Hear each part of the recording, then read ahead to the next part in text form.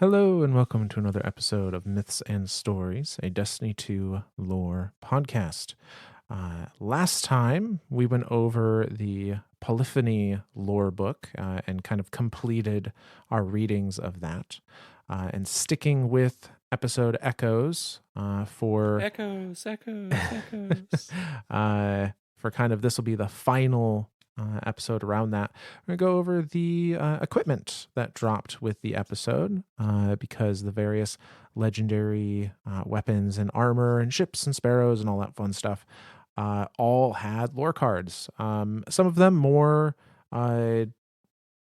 deeper cuts than others. It is kind of similar to Polyphony in that it is some touch points on like what else is happening within the universe of Destiny while the episode is going down. But there's some interesting information and some fun interactions between people.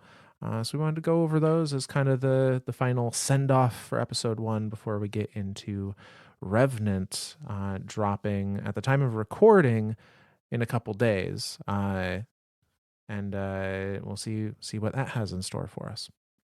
Yeah. So also as like a kind of a side note, kind of like harping back to what we were talking about in some of like the administrative notes. I put that in quotations. Because the new season is coming out in 2 days, and there's going to be a lot of stuff happening all at once. We may not have an episode next week. We may be kind of a little offset a little bit because again, this is the first time that contest mode has been in the dungeon, and Myth and I definitely want to explore the snot out of that and find every little nook and cranny and story and stuff, and then of course gather all of our notes and stuff. And since that's on a Friday, typically what we've done is it's been like Friday, Saturday, Sunday, play around in the dungeon, and then the next week after that we'll record something for the dungeon. But since all of the story bits for all of Act 1 are also dropping all at once, there's going to be a lot of stuff for us to chew through. So just bear with us over the next couple weeks. Our schedule is going to be a little wonky because we're trying to figure out how we're approaching some of this stuff and how we're going to tell some of these stories, as well as actually get to play the game and enjoy it. So yeah. Yes, worth pointing out that trying to like chew through all that content and not just get through it but understand it and being able to speak hopefully somewhat intelligently on the narrative pieces to that is just going to take some time, and we have some more real world responsibilities now than we've had in the past that eats up I hate some being of an our adult. time. It's stupid and I don't like it. But all that being said, we do want to get that stuff out there. There may just be a little bit of a delay. And then in a similar fashion, once we have gone through everything, and because we will have the entire story of Act 1 right at the beginning to go through, there may be a period where we've done it, and then there's a gap between it may be a little that bit and of a Act gap. 2. Yeah. We don't know how that's all going to plan out. This is the first time this kind of release schedule has happened, but we'll see how it goes. But just a forewarning again to everybody to try and make people aware that if things are slightly off kilter with scheduling, you're in the know. But with all of that said, let's hop in to some of the cards we have to go over today. We're going to start with the legendary weapons that came with the episode. And we're going to go in order of how they were released. So there was, I think, 6 weapons that dropped all during Act 1, and then 2 for Act 2, and then 2 for Act 3. So we're going to go over those 6 first, and then chronologically in the order that those groups came out. So we really get 10 weapons for this season? We got a lot of weapons. It doesn't Holy necessarily feel like it sometimes, just because Yeah. you at this point we kind of have our favorite roles of things, and unless it's something just objectively better in a lot of ways, we don't necessarily pay as much attention to it. But there's actually quite a bit that dropped with this. I mean, you know me, ill omens. That like Yes, I know you're a I love big my Elements caster fan. frames. Love my caster frames. So I've got to have one of each type so that way it matches my build for whatever I'm doing for that. And to finally get a stasis one, I was like, perfect. And then, the fact that it's craftable, cool. Get the red bar for it, get all five of them, craft my exact one that I want, level it up. Like, yeah, I was very fan of that. And these rocket sidearms. Hmm. The one that came with Act 2 has been kind of like a surprising like this is kind of neat, especially because it's solar and incandescent. I think is one of the more powerful. Uh, what would you call that? Verb 3.0. Yeah, one of Um, the like more powerful 3.0 perks, like elemental perks, I yeah, guess. Yeah. yeah. Like volatile rounds feels good, and I love the fix that they've done with it now, to where like if somebody gets hit with volatile rounds and they die in the same hit, they still get the volatile, and so it will still go off and do its explosion. Before, I think this has been a while since that fix was implemented, but like before, if you killed somebody and you had a volatile, like they die and the volatile wouldn't stick to them, and so you just wouldn't get the explosion. But like incandescent has always been very consistent about like I hit the target, I kill the target, now scorch goes everywhere. So that's been a I and to me, like any of those green ammo weapons, I really use those as like a, oh shit, something big has hit the field, I need to take it down. um and so for that to be on, for the incandescent to be on that weapon has actually really helped some of my builds. Again, that's all a Hmm. mechanical standpoint. I know we're all lore guys here, but like, me, I every once in a while I got to poke my head in the mechanics team. No, absolutely. And I mean, we enjoy the mechanical side just as much as the lore side in a lot of ways. Uh, but yeah, say my little, 2 cents. I know it's not meta by any means, but just something about the feel. I really, really like Sightline Survey, the 180 Oh hand yeah, cannon that dropped dude, the arc one. 180s are in a good spot right now. I think. They feel really fun to use. So I know you've been screwing around with Word of Crota for a while. yep, yep, It's another got one some that I good really rolls like. on it. Come on. All right. Well, all that aside, See, you get us talking about shit. We get excited. we'll dive into some of the stories behind these weapons, and what better one to start with than Sightline Survey itself. Let's Uh, go. so, this one goes like this. Zidar crouches on the edge of the ridge, looking down over Nessus. There's a cave entrance down below that he's keeping an eye on. It looks likely to contain more Vex than he wants to deal with today. Next to him, Legionary Jurg leans back against a boulder, screwing a pack into her armor's internal nutrition socket. Zadar turns up the flow on his ether mask and breathes deep, eyes glowing brighter with each breath. He nudges Zerg's sizable knee. Got any snacks? He asks, enunciating his Ularant with care. Jurg makes an awful, straw sucking noise beneath her helmet.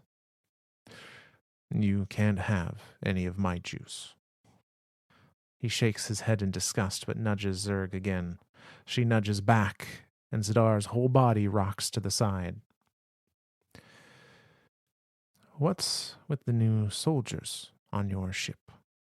The skinny ones with the sticks, he says. "Ugh, I don't want to talk about it. They give me the creeps." Well, yes, Zard affirms. Mindful of his allotment, he cranks his ether intake down again and casts around for another topic. So, this planetoid, huh? Are you really trying to ruin the one break I get all week? I'm making conversation. It's my break, too. If Zadar wants to show off his language skills, he needs someone else to show off to. Far below them, the remnants of a radiolarian lake bubble at the center as its levels continue to slowly recede. Zadar does not want to think about what might be happening when it fully drains. More Vex, probably. Jurg takes a loud drink. Planets shouldn't change. It's not right. We crushed up some of this place for the old Emperor's wine, and there was a Vex monster in it. Bad enough for a planet to have monsters. A planet shouldn't be the monster. Jurg hesitates. And what if a few legionnaires tried a little wine back then? Just to make sure it was safe for our Emperor. Was that monster wine? On the whole, Zadar is relieved that she didn't share her juice. He scans the horizon. 3 guardians on their fancy pikes drive closer, heading for the draining lake. Jurg nudges Zadar hard enough to push him over. They wait in silence for the guardians to enter the cave, one-eyed drones floating at their shoulders. I'm revising my list of things I hate here. There at the top, Zadar says. Jurg nods fervently.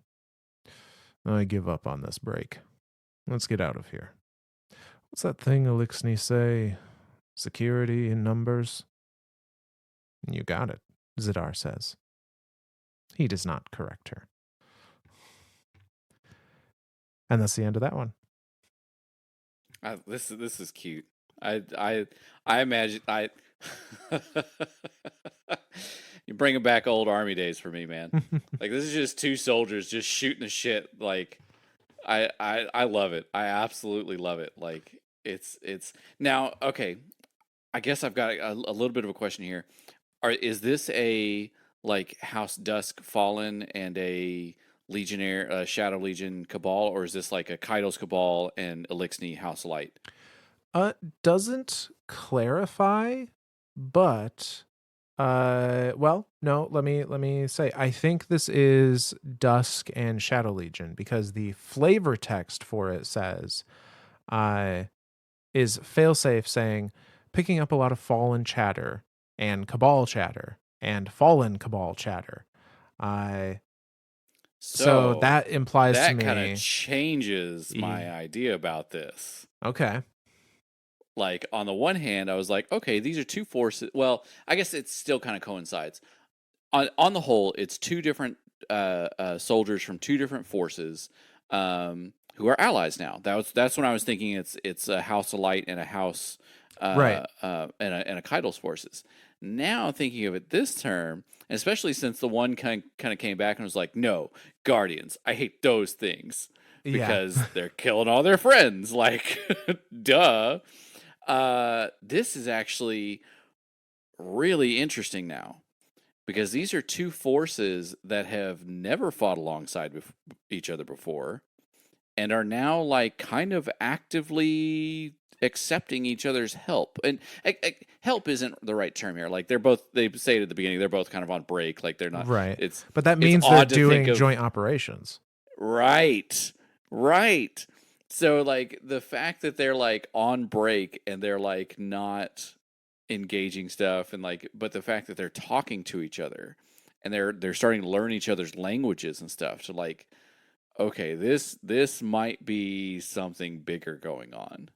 So House Dusk as much as I say something bigger going on like again thinking of these 2 forces in the the bigger picture thing Shadow Legion it's just kind of like whatever's left of the I'm assuming the cloning facilities of the Emperor just kind of they're kind of like automated, like they're still just pumping out soldiers, and so like okay, we're just gonna have to deal with them for a while. But like Nezarek is taken care of, the Witness is taken care of. Like they really have no direction.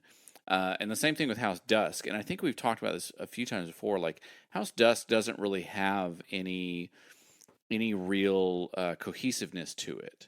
Like they really are just kind of just whatever. You know what I mean? It's I don't want to say like they're like the bottom of the barrel, but they're just kind of like whatever's left, whatever fallen, and I am going to use that term here. Whatever fallen are left that haven't like kind of embraced either House Salvation and again another leaderless faction that are just kind of grasping at straws at whatever they can get at or House Light, who are actually trying kind of like showing up and now they're kind of the prevalent Elixni now. So yeah, it's really interesting to me, and I'm a little leery of like what this means in the bigger picture of a House Dusk and a Shadow Legion are doing joint operations for. Yeah. What are they doing that for? And I do love the reference earlier too, because the Cabal reference of like we chewed up this planetoid for a drink. That's Inverted Spire. Well, yes, but also Eater of Worlds. Oh, that's That was the right. big, the final boss of Eater of Worlds was a The giant big monster. Hydra Yeah, that yeah, they yeah. had accidentally like sucked up while they were Whoopsies. dismantling Nessus. That's when like you're vacuuming your house and you accidentally get a mouse in there. You're like, oh great, now he's stuck in there. Now I got to go after him. Yeah, you vacuum up mice often, do you? Nope, nope, I do not. But I imagine that's what it would be like. See, that seems a tad okay. I know that was a don't know bit of how a that stretch. works. It was a bit of a stretch. Be like a spider, sure, uh, But a but mouse is like so much bigger than a spider. That Hydra was huge, it man. was, Oh my it god, could was you imagine a spider the size of that Hydra? no. Fuck that. Fuck Uh, that with a 10-foot pole. I ain't touching that. yep.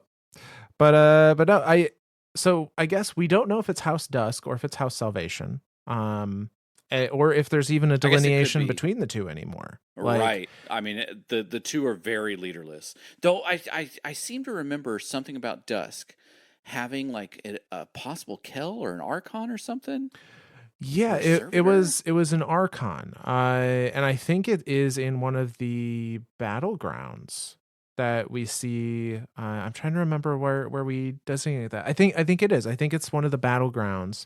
The like second one where the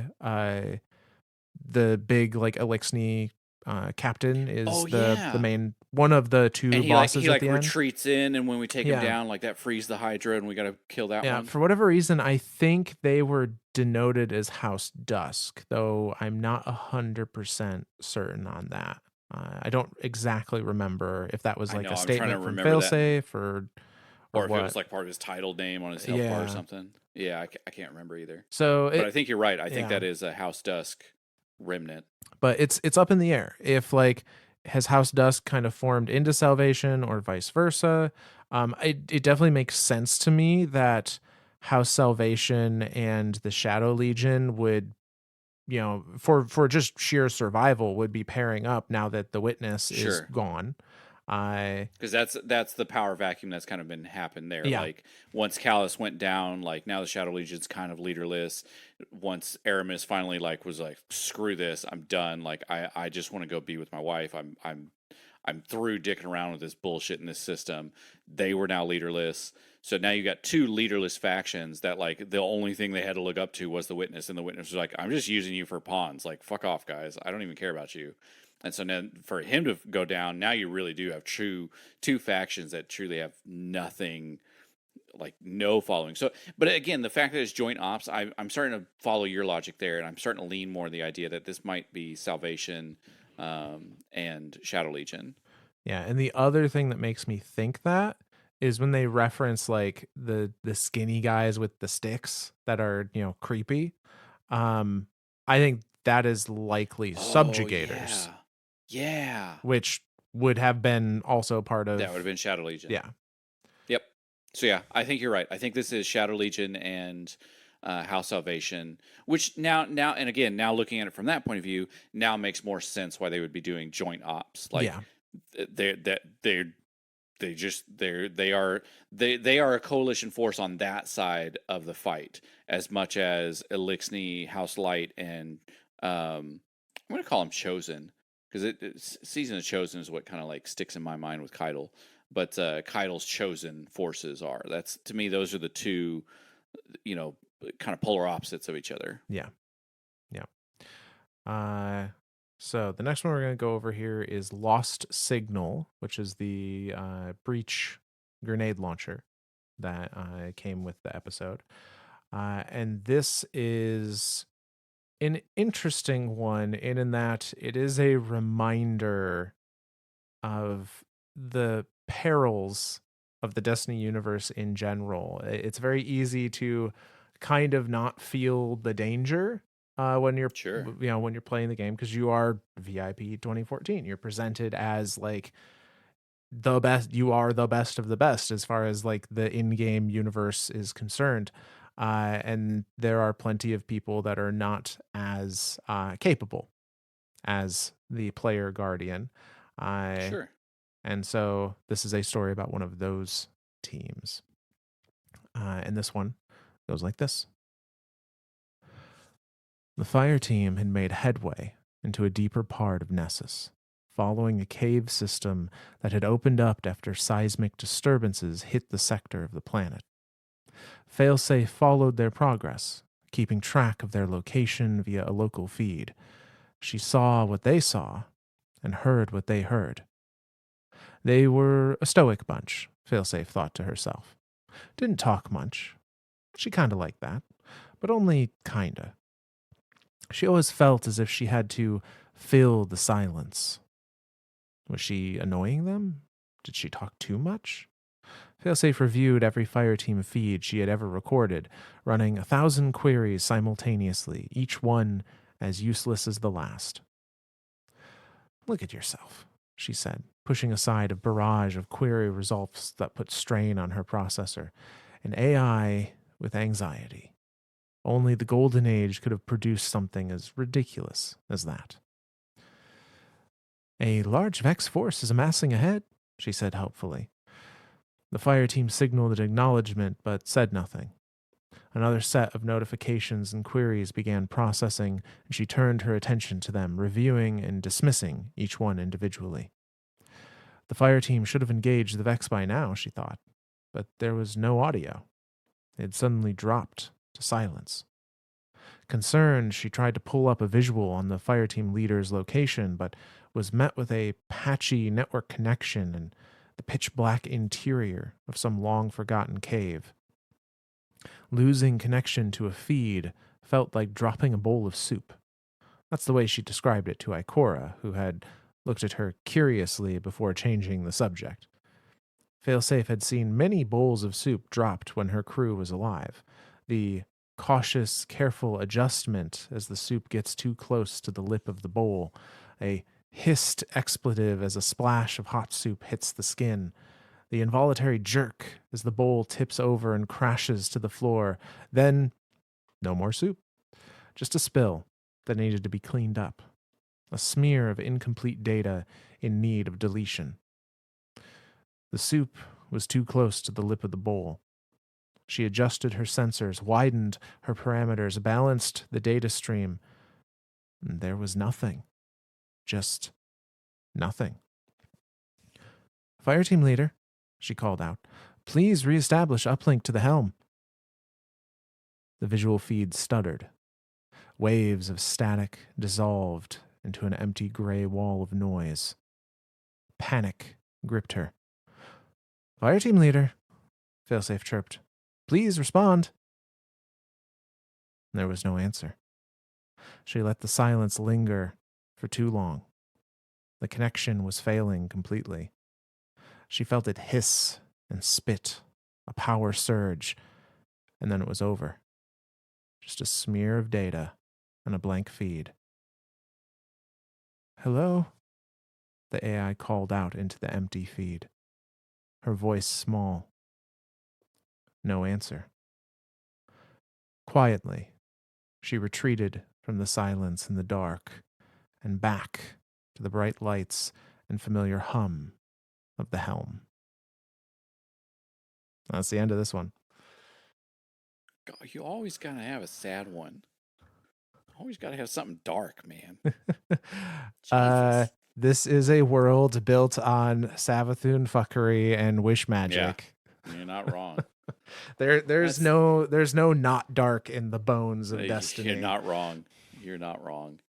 That's I mean that's it is it's that like little subtle reminder that like yeah we as guardians, we as the player guardian are, we're all powerful, we just keep going, throw whatever we got to, but there are some guardians that, I mean, that's kind of the nature of being a guardian, like they don't come back from their missions. It's a dangerous world out there. Poor failsafe. That's, oh. Oh, I do like that. Well, I do like that a golden age AI with anxiety. Like Yeah, yeah. that's it's pretty apt. No, but at least she has Captain Jacobson the second, and I The forget third, the third. we were This the is true. captain. We were Captain Jacobson the second, I think. Well, we were the captain. Uh, That's right. but and then I forget the name of the little Pet, pterodactyl dudes. Batadact and Petrus, Yes. I think is what it is. Yeah, I think so. They're so adorable. I like them. Bungie, if we don't get plushies, I'm gonna be pissed. All right. I'm sitting here looking at my little worm plushie, petting his little head, and then behind me on the wall is a Smallin. They do definitely have their moments and characters that are geared more towards the like the cute and fuzzy than well, cute and plushy, I guess. Yeah, Than I some would of the not want to dark pet a and fuzzy foreboding. frog. No. If I pet a fuzzy frog, there's something has gone horribly wrong. Yes. But say we'll bring the mood up a touch with a more fun one. This is the time-worn Wayfarer, the scout rifle that dropped with the episode, Act 1. And this one goes like this. It wasn't Commander Zavala's favorite color, but the yarn was soft and made quick, even stitches as he clacked the knitting needles together. K to marker, K1, P1, rib, M1R, K, M1L, P1K, 1 rib, K to marker.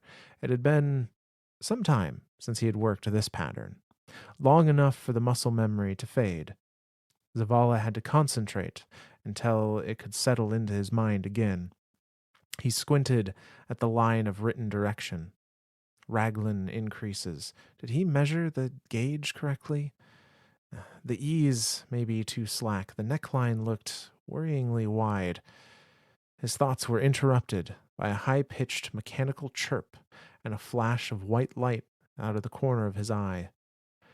Zavala furrowed his brow. The console at his side flashed again and emitted a string of data. He hesitated for a moment, but didn't put his knitting down. Ikora, he called. The warlock appeared on the hollow projector in a burst of visual noise. Zavala, she said warmly, I see you've picked up your project again. Indeed. I've just received an alert from Nessus. Saint and Failsafe are handling it. Failsafe? Failsafe. The Vanguard commander nervously coiled the strand of yarn around his forefinger. It went taut, pulled thin by the gesture, but then he loosened it, relaxing his grip on the needles. Then I'll leave it in their capable hands, or processor, as the case may be. Good. Ikora's tone was chiding, but she smiled in the static, and Zavala nodded. Keep me updated, Ikora continued. On what? Zavala asked. The warlock nodded to the knitting. The status of my sweater. Zavala smiled, and the hologram faded into air and silence. Zavala slid the working needle between his fingers and rested it against a calloused knuckle. K to marker, K1, P1, so on. He let the pattern fill his thoughts again. Ikora would love this color. And that's the end of that one. Every time I think of Zavala knitting, I'm instantly reminded of Demolition Man and Sylvester Stallone's character, who through his rehabilitation they like injected thoughts of knitting, and so like he constantly just has this urge to knit. Like he's the most badass cop ever. He's hunting down Simon Phoenix, and nope, I gotta knit me a sweater real quick. I'm gonna knit an Afghan. Yeah, yeah. That's for some reason every time I think of Zavala, that's what comes to my head. But I always forget that I do. There's no way that that's a thing, right? Like ghosts don't like res people and be like, "You're a knitter." and like implant that in their brain, do they? No, I don't. We have That's got to be like a zero evidence to support that idea. yeah. No, I mean, as long as it's not like Demolition Man, right? Because then, like, you get guys like Simon Phoenix, like Res Simon Phoenix. You know karate and like all sorts of crazy jujitsu that you didn't know before, and you're a mastermind killer. And go. yeah, no, I That'd be bad. I don't Bad I don't ghost. think that's the case. Well, I mean, warlords, but Yeah, bad ghost. Bad ghost. but no, I like this because it is it's a representation of Zavala like letting go of some of the Yeah. burden of responsibility. And there's that moment of like, oh, there's a thing, I need to handle the thing, and then the forcing himself to be like, no, other people have it taken care of. Like, We're seeing that from a lot of Destiny characters too. We see it from Osiris. Like yeah, he's starting to kind of take the point of like, nope, somebody else can handle this. Like I don't have to be the center of every warlock investigation ever. Like somebody else has got this. If I tell somebody, hey, I need you to do this, they're gonna get it done. yeah. No, absolutely. And I wonder if this is, I mean, clearly it's Zavala like learning that he does not need to micromanage everything. But I wonder if some of that comes from the fact that he is now mortal. He does not have a That's ghost yeah. anymore. And now it's like time is limited and Yep. find enjoyment in what there is, kind of thing. I mean literally the same applies to Osiris. Yeah. Everything about the two of them are very similar now. Yeah. So just it was a fun little peek into what's going on there. And kind of, I think, a good change for Zavala, certainly for his mental health. Yeah. But all right, so the next weapon we're going to go over is the Faith Keeper, which is the rocket launcher from Act 1. And this one comes to us in the form of a message that was sent across the Vanguard network to, I believe, to Ikora. Either it's to Ikora or Ikora is the one reporting it because it says Agent IKO 006. But regardless, this one has a subject tag of Elixni Quarter VIPs, and it goes like this. We have intercepted an internal communication within the Elixni Quarter between VIP 1889, the Spider, formerly known as the Baron of the Tangled Shore, and prior to that, Rakkus of the House of Wolves, and VIP 4143, Ido, Scribe of the House of Light, an adoptive daughter of VIP 3987, Mithrax, Kell of Light. The conversation regards VIP 2029, Aramis, the ship stealer. This communication between 4143 and 1889 took place over an encrypted connection between a Batsa district terminal and a personal datapad owned by 4143. It was not difficult to access. Security protocols should be reviewed and relayed to 3987 to avoid any future external data breach.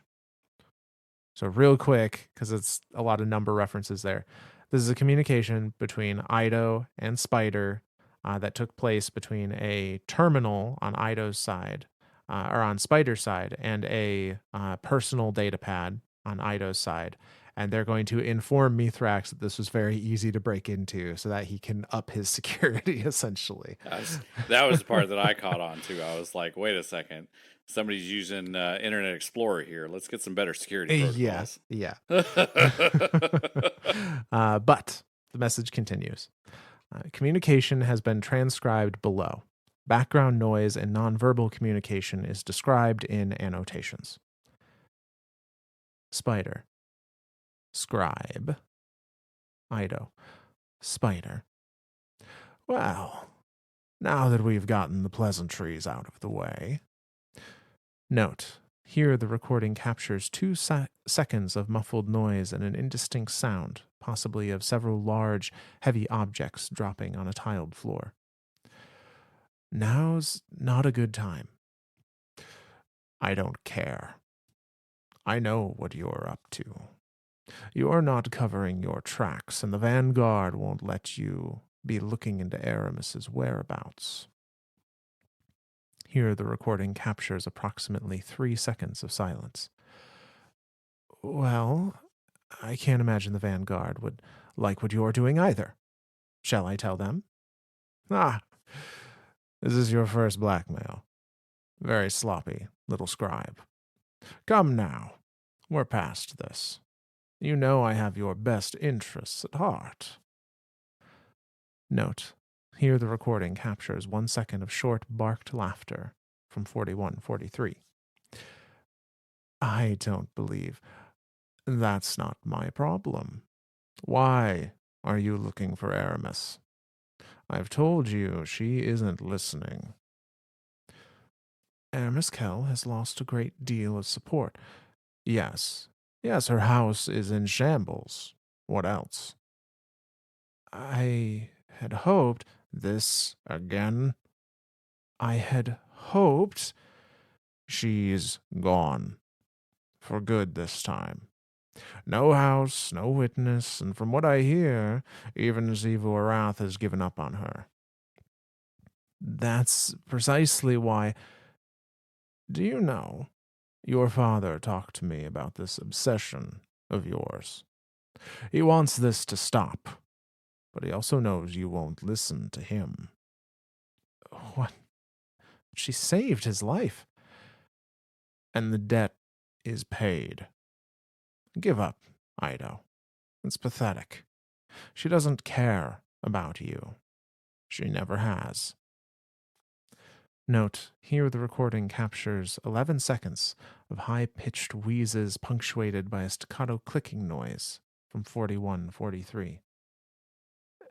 Don't, I didn't. You might not see the good in people, but I do. Excuse me, other way around.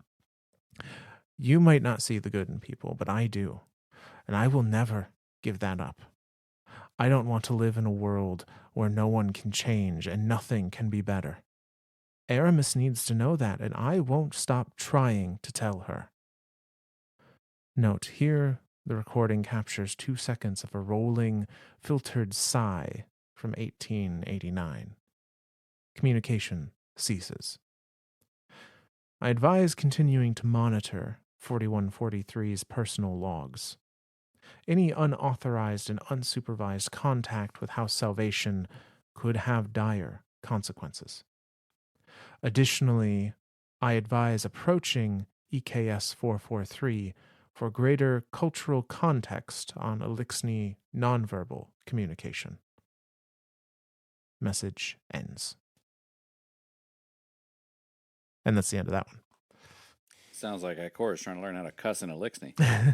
I think just understanding some of the what I'm assuming here is there's like the hisses and wheezes that happen with Spider just through his like rebreather that he has attached.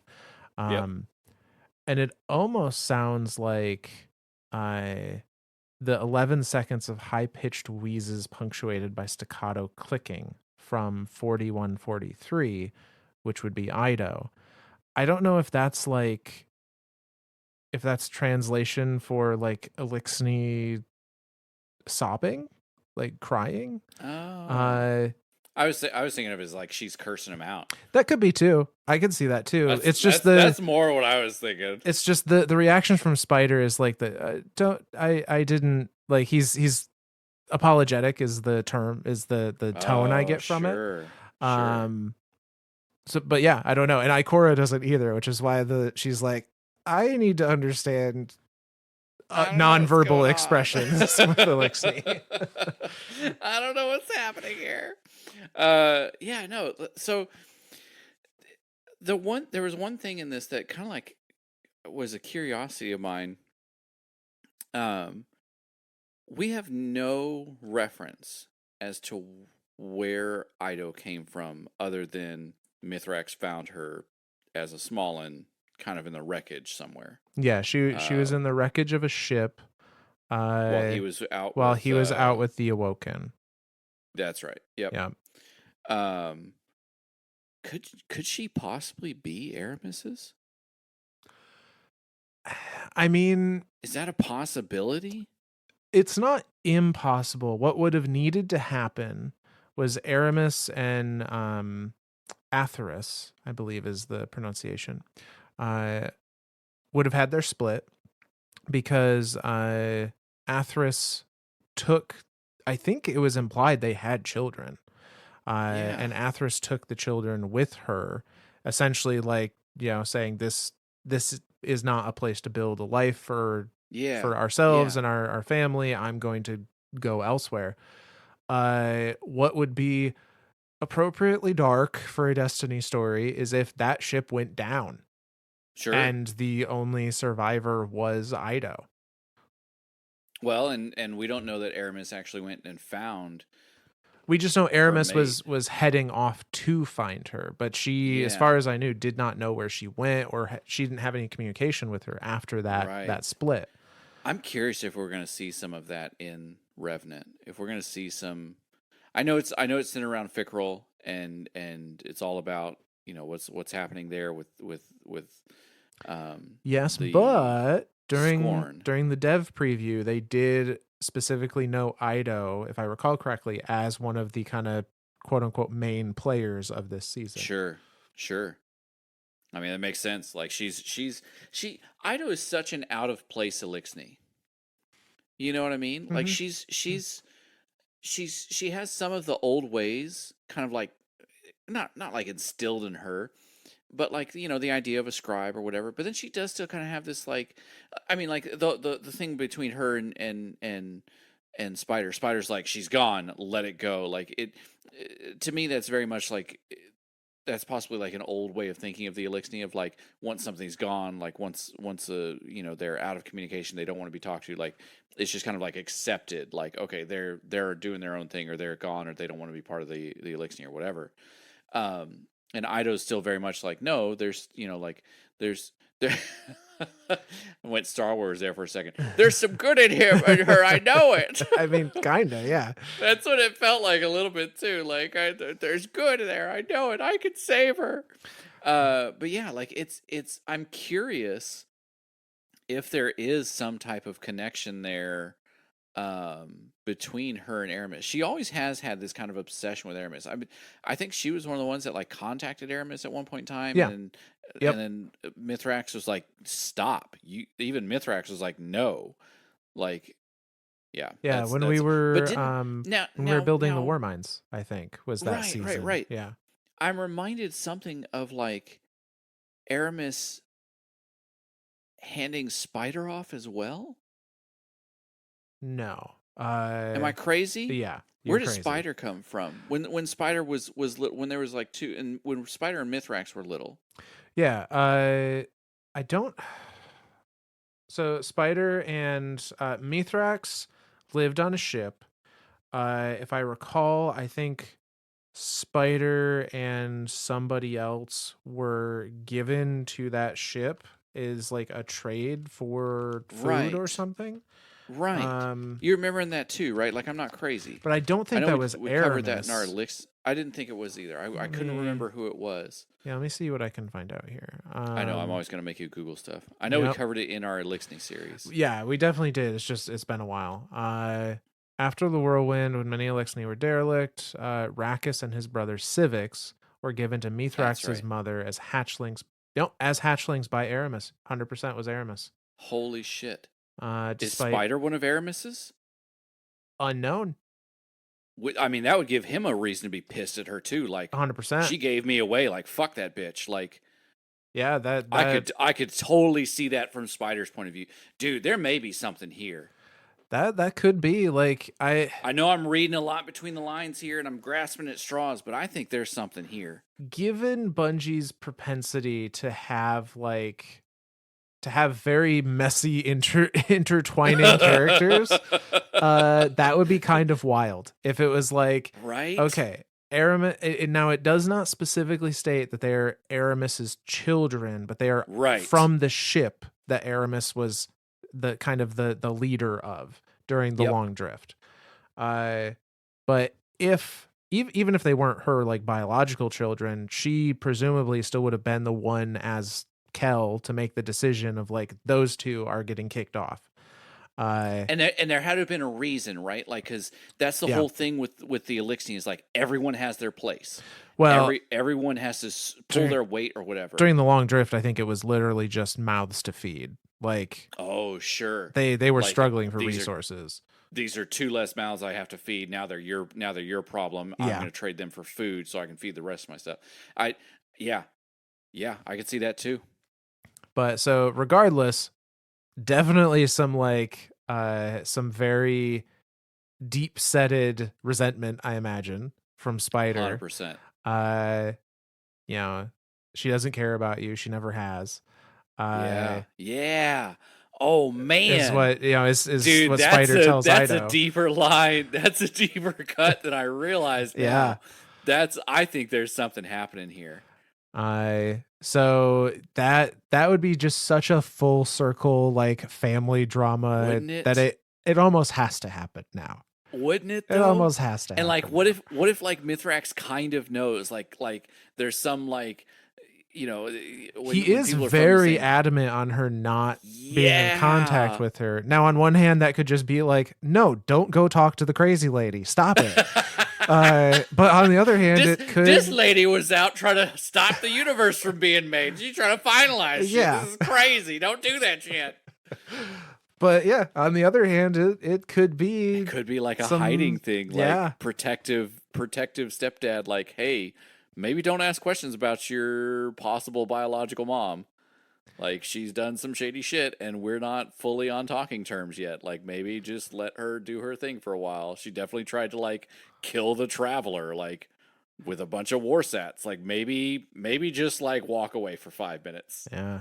It also Dude, that'd begs the be so question. fucked up. It also begs the question: does Aramis know?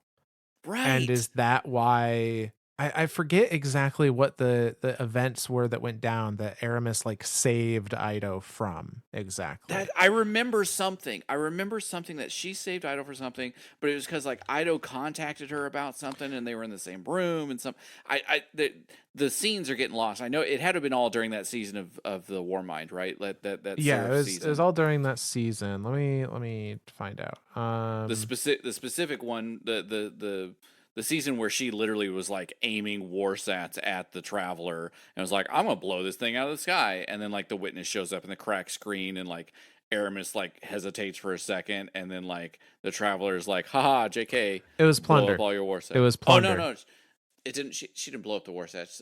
We No. shut them down Yep. by killing Rasputin. That's shut them all down. Yeah, but I think it was season of Plunder that Aramis and Ido's thing happened. Oh, when they were hunting down the When they're Nezarec hunting down the pieces. pieces. Um I let's believe see that too, here. because like we were chasing stuff all over the asteroid fields out there. Right.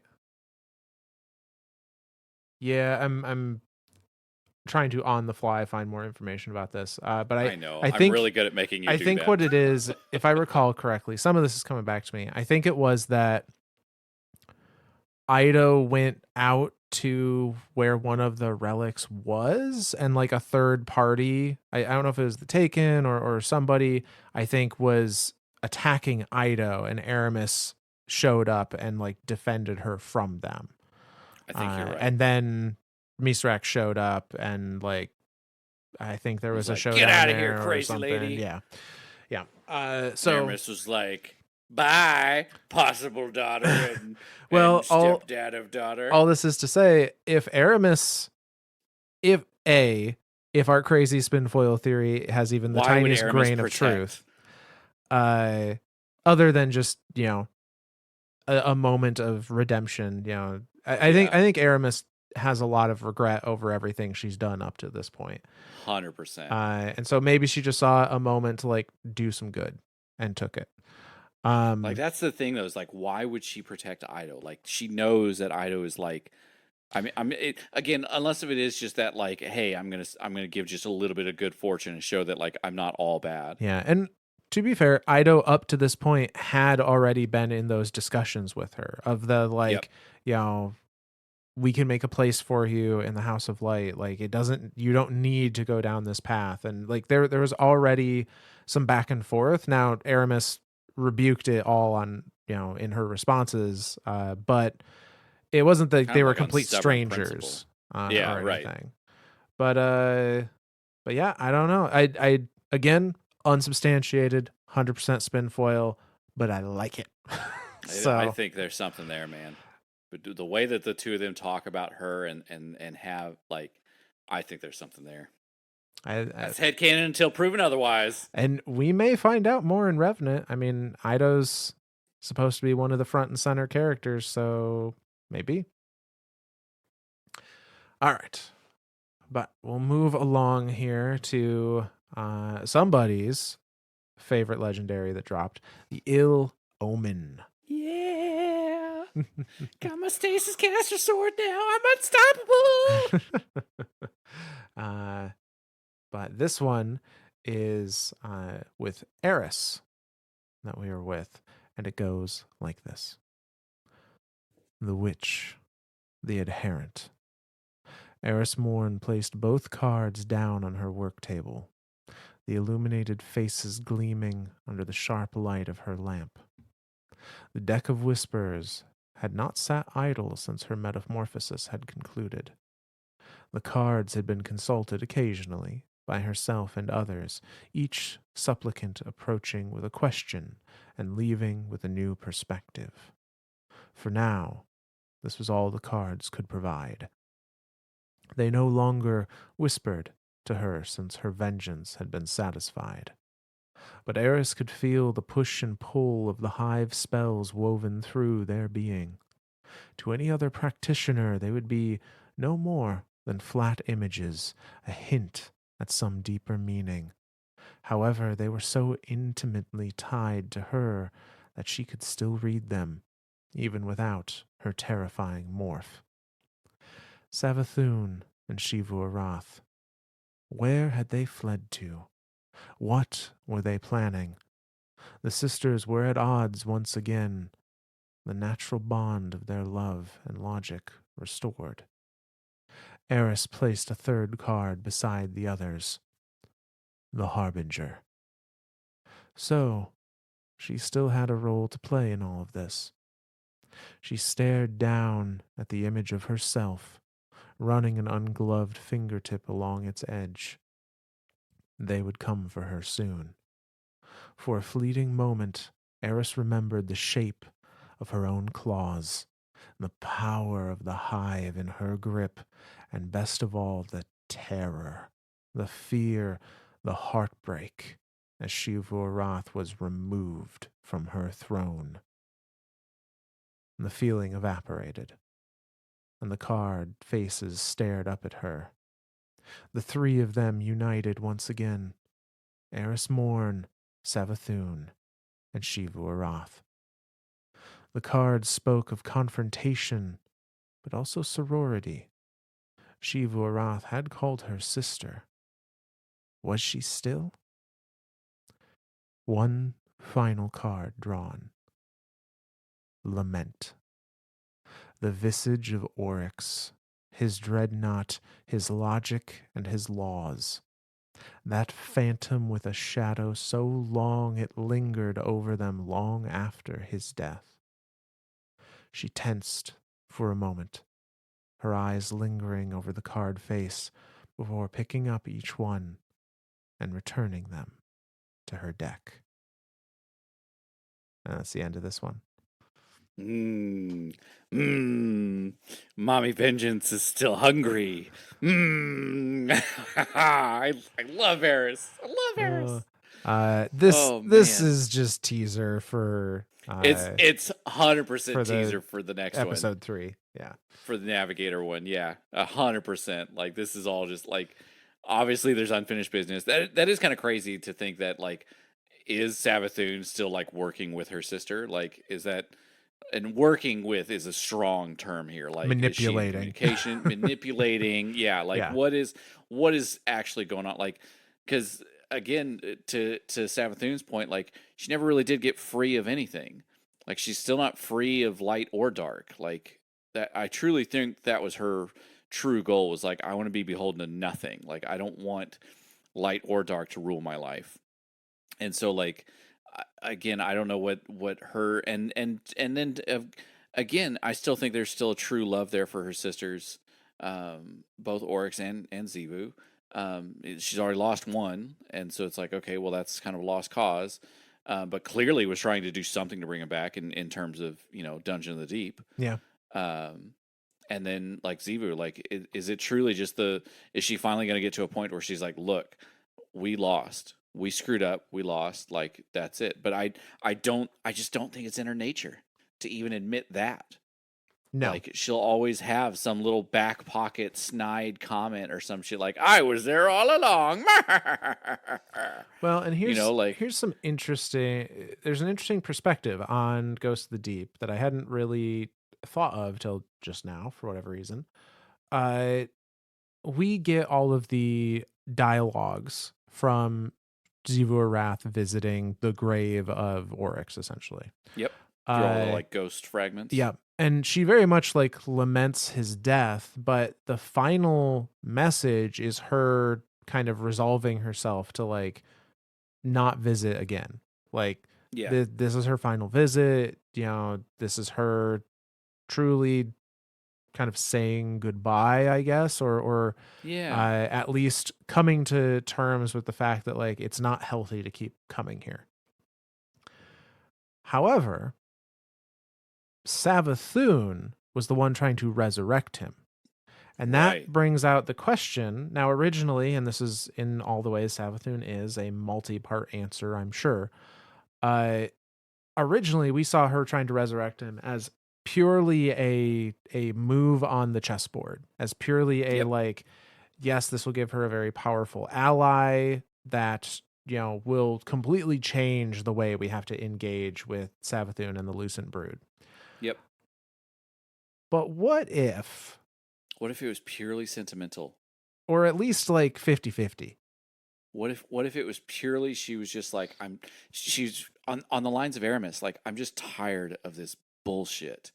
I keep fighting and fighting and fighting and I keep losing.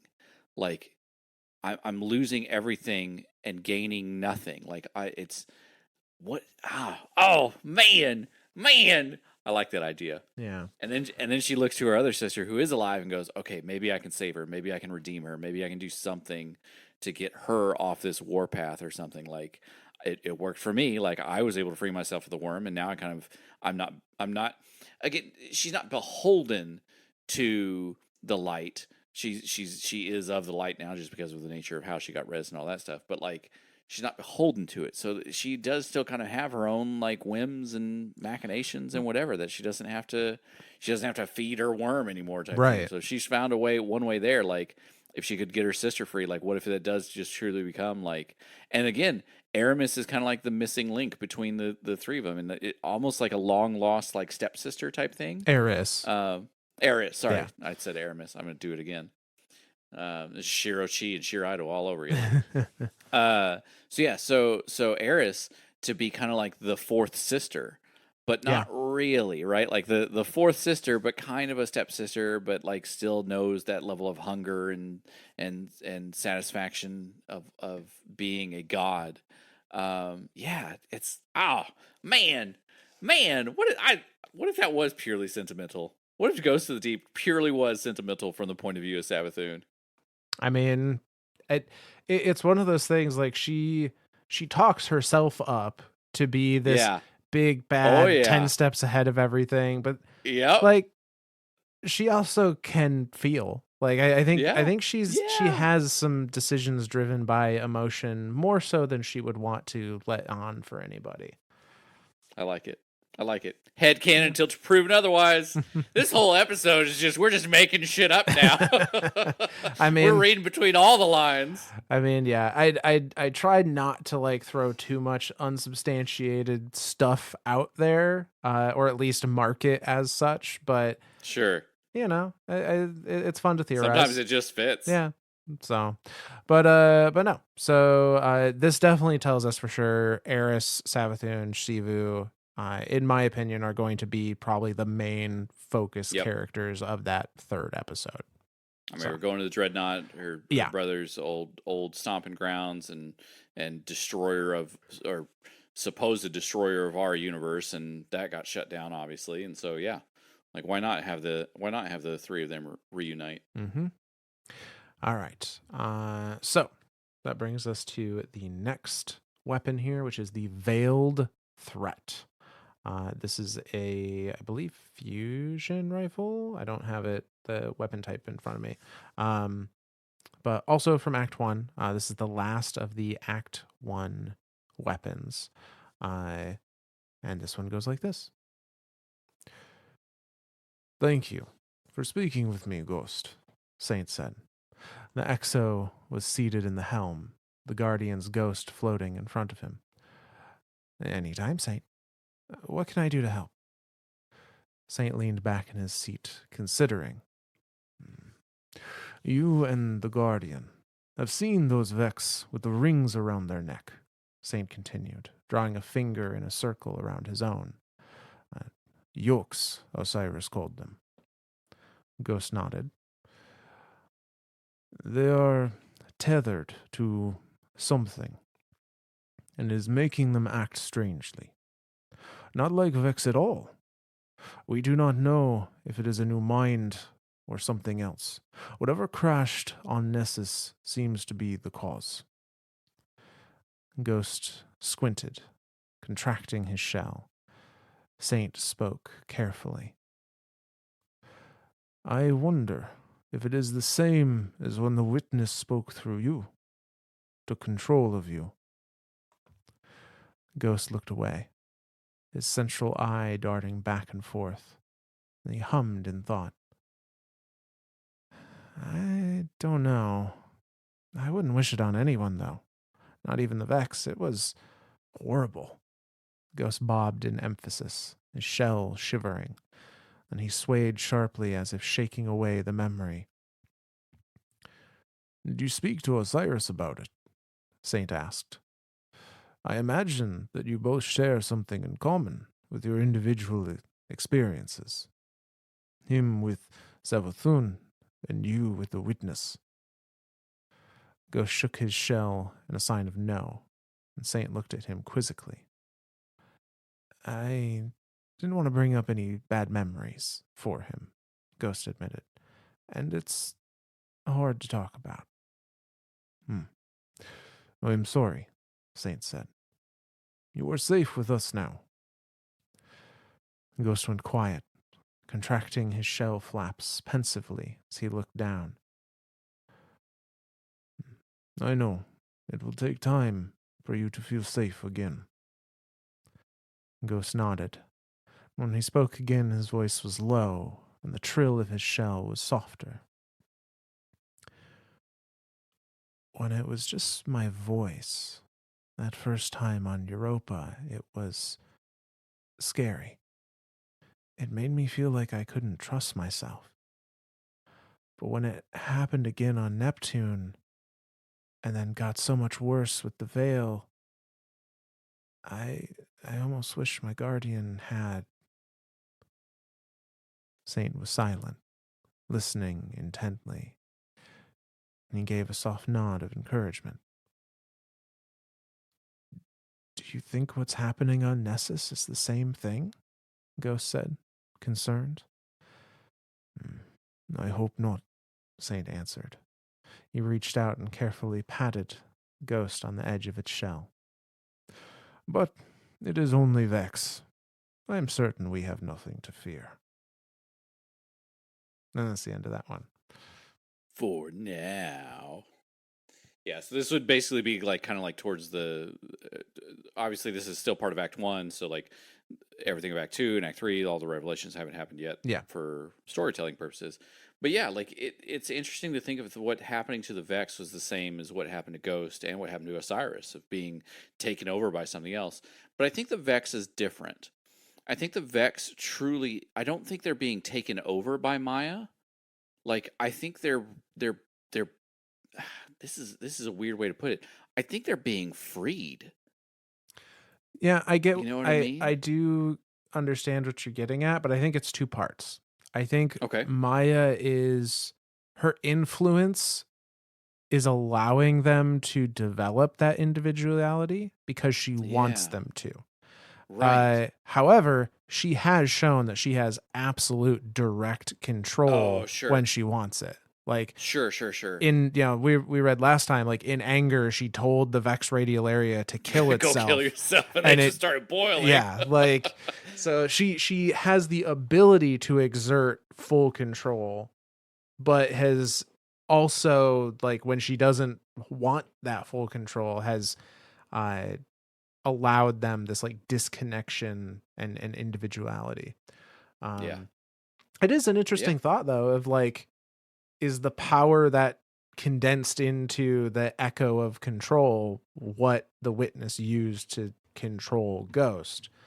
I mean, uh why not? yeah, I think there's a part of it that Yeah. is. It's um so similar.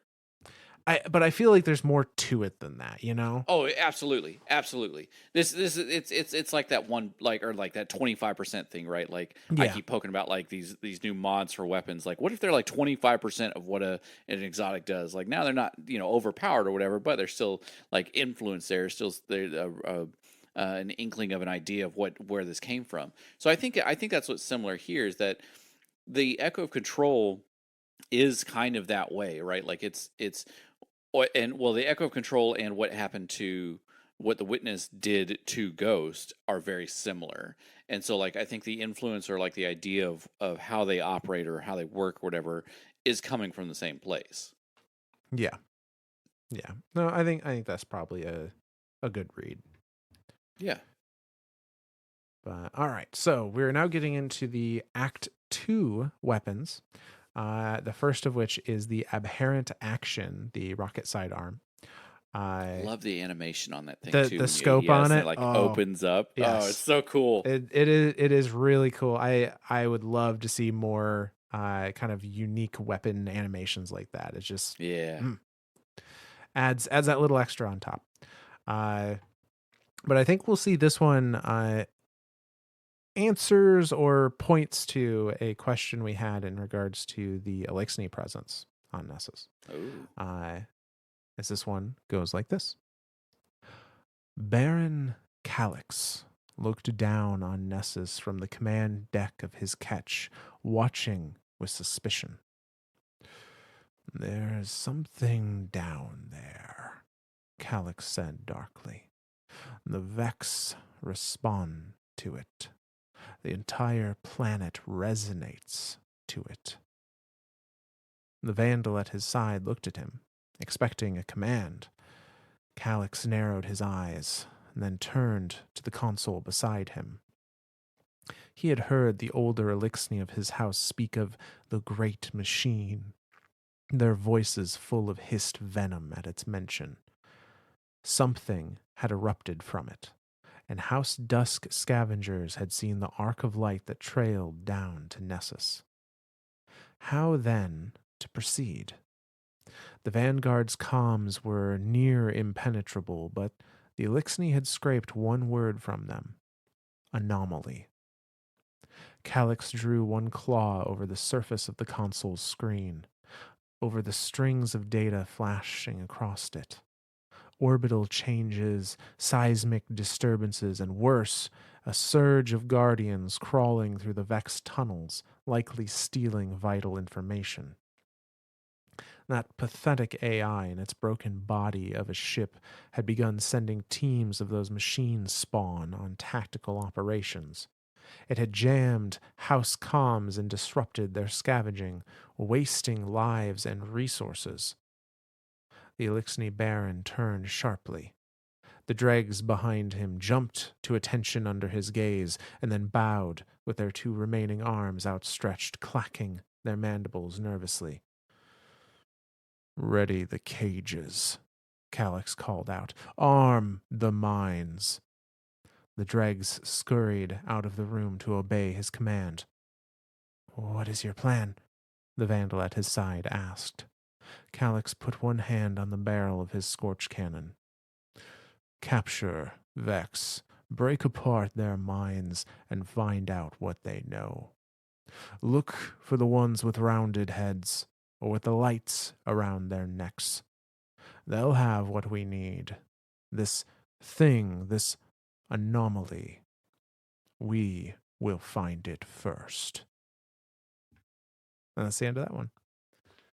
Anything for power grab. That's anything for any type of foothold or anything. But that is the that's the Elixir that we're fighting in that Battleground. the one we did last night. Yep. Yeah, in that battleground. Yep. And So I he is a think baron. he is a baron. I this all but confirms to me that this baron and the Elixir being talked about here are House Dusk, which Yep. makes me think that it is House Salvation that was the previous card working with Yep. the That was talking to the Cabal. Cabal and had the Yep. subjugator and all that. Yeah. So this explains his presence there and the fallen presence in general for that particular battleground. Like they know there's an anomaly that's affecting the planet and they want it because it is powerful. That's Yep. kind of all there is to it. That's I mean this one I think very much can be taken at face value of like there is power, they need it, they want it, they go get. Yeah. Spoiler And alert, they get screwed. yeah. Spoiler alert, we win. We win. They die. Who would have guessed? No more Baron. But no, so the second weapon that dropped with Act 2, Corazion, something like that, is the pulse rifle. And it also is focusing on this particular group of fallen. And so it goes like this. The fallen scout skittered down into a newly formed crevice on the surface of Nessus, catching the rock face with its claws as he descended. New tunnels and cave systems had emerged in the wake of the anomaly's impact on the planet, and at Baron Calyx's command, those caves had to be mapped and explored. The task fell to a dreg. He scrambled down smooth tunnels and flung himself between floating outcroppings of rock, catching the stone and skidding to a halt above a yawning chasm. The deeper he descended, the more angular the stone became. Soon he discovered a large open chamber swarming with Vex. The dreg flattened himself against the side of the cavern and watched. A minotaur, a dozen harpies, and a handful of goblins all worked together. The minotaur raised its hand, and a coil of light sprung up between its mechanical fingers. He knew of the Vex's terraforming. He had never seen it firsthand. It frightened and awed him. The Vex raised large platforms and pillars of stone, materialized great discs of metal and lighting portals in white light, crafting their world from the core of the planet. A series of staggered platforms materialized before the dreg, angular and finely cut.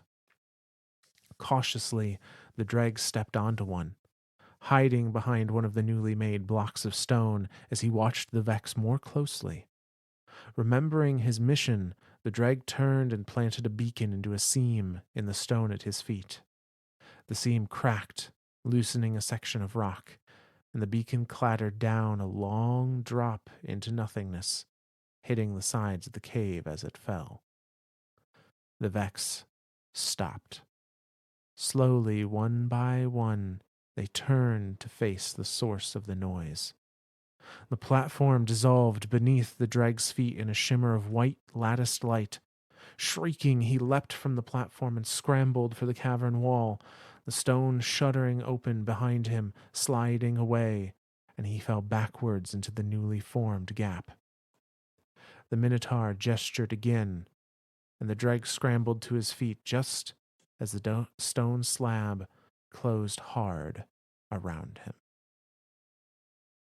That's the end of that one. Ooh. He fucked up. And Vex got no time for it. And Vex ain't got no time for this bullshit. That's crazy, man. That's like, I, I love being able to see, like, because we see the visualization of this in game. The main one that comes to mind is Vault of Glass, when we're trying to step on those platforms and they're kind of shimmering in and out of existence type thing. So yeah, for this dreg to witness this firsthand, it's kind of like a new experience for him. And yeah, I imagine this is like, it's completely silent, and then all you hear is tang tang tang tang tang tang tang as it bounces around the side of the cave on its way down the little beacon, and the dreg's just kind of like, ah, fuck, and just like looks over, and like all the, like, one at a time, just all these little individual goblins and hobgoblins and minotaurs, and they're like, no longer exist platform, and platform just goes away, and dreg falls and dies. Like, yeah. Yeah. So, needless to say, little dreg got squished. That brings us to the final two weapons that dropped. Chronophage, given the time we've spent, I think I'm actually going to skip, because it is essentially just Banshee being confused again about like what time he's in. Unfortunately, God damn it, Banshee.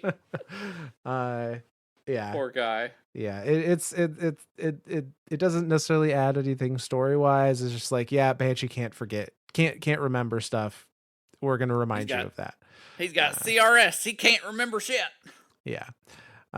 So we're gonna instead move on to speleologist. God damn. Yeah. Fuck you and your words. Speleologist. Yeah, it's the machine gun. Is what it is. Yep. But this is another one that touches on Ido. And so this one goes like this. Saint 14, Osiris. Ido approached the Titan and his partner in the tower hangar, clutching a stack of data pads. Saint looked up, nodding at a group of guardians as they left, a flock of pigeons scattering as Ido approached. I greet you in the light, she said hurriedly, and my father extends his greetings as well, though he could not accompany me at the present moment. Greetings, Ido, Saint said warmly. What is it that I can do for you? Ido cleared her throat, nodding, as she reached for the speech she had rehearsed in her head. I understand that you are sending fire teams to Nessus and have enlisted the help of a Golden Age AI named Failsafe. I have read Ikora Ray's reports, and how did you get access? How did you get access to Ikora's reports? Osiris asked curiously. Ido gave a sheepish chuckle, but avoided the question. I believe I have discovered a way to augment failsafe systems so that her scans of the Vex network yield more data. I am no splicer, but if I can accompany the Guardians, Ido, Saint said gently. Nessus is no place for civilians. Osiris was silent at this. Ido huffed. I think I have proven myself more than capable, Ido said, though even as she spoke, she knew it was a creative interpretation of the truth. Her father could not be there to defend her, and expecting Aramis to return and protect her again was naive. I see the Drifter has put ideas in your head, Saint said, chuckling, but his laughter faded when he saw Ido's plain disappointment. The Vex are a threat, young Ido, he said gently. I cannot let my friend's daughter risk her life because she is bored. I am not bored, she said, indignant. I only want to help. You can. You can help from the tower and the Elixni quarter. But I cannot allow it, Saint said, voice firm. Then Osiris put a hand on the Exo's shoulder. Actually, Osiris said to the Elixni, I'd rather have you at the helm, Scribe Ido. If your proposed augments can boost efficiency, you should discuss them with Failsafe as soon as possible. Oh, the scribe hesitated, considering her options. I suppose that could be sufficient. There was a moment of silence as Ido looked away, choosing her next words carefully. Is Failsafe nice? Ido asked. I've heard, um, contradictory information. Saint hummed in thought as he also searched for the right words. Yes and no. Ido looked at him quizzically, and Saint shrugged his shoulders. Ah, you will see for yourself, he said. And that's the end of that one. I think Osiris sees a little bit of himself in Ido. A little bit. Like, doesn't want to be confined to the tower, or wants to be out and about, but then like everyone's like, you're a civilian now, and he's like, motherfucker, I ran through the infinite forest a billion times over. I think I can handle a few damn dregs and scions and shit. Yeah. Yeah. I think he sees himself. I think he sees a little bit of himself in Ido. Anytime he has to talk to her. So anytime he can get a chance to be like, yeah, you know what? Come on over to the helm. Fuck around with some of the electronics in there. You guys are pretty swift, pretty slick with some machinery and stuff. Let's see what you can do. Yeah. And it does, like, it's a placation. You know, Yeah. it is a you're not going to be in the field, but yeah, you can be doing something, you know, feeling helpful, all that fun stuff. Yeah. Uh, Yeah. yeah. I like it. And this is just another, like, Ido is wanting to be in the thick of things. I think she wants to, maybe she doesn't feel like she contributes, and she wants to, like, be doing more for just everything that's happening. Oh yeah. So yeah, I will be very interested to see where her story goes, and I feel like we're gonna see it go places in Revenant. Yep. But so that brings us to the final weapon that we're going to discuss, and that is the exotic, the Choir of One, which comes from the Encore mission.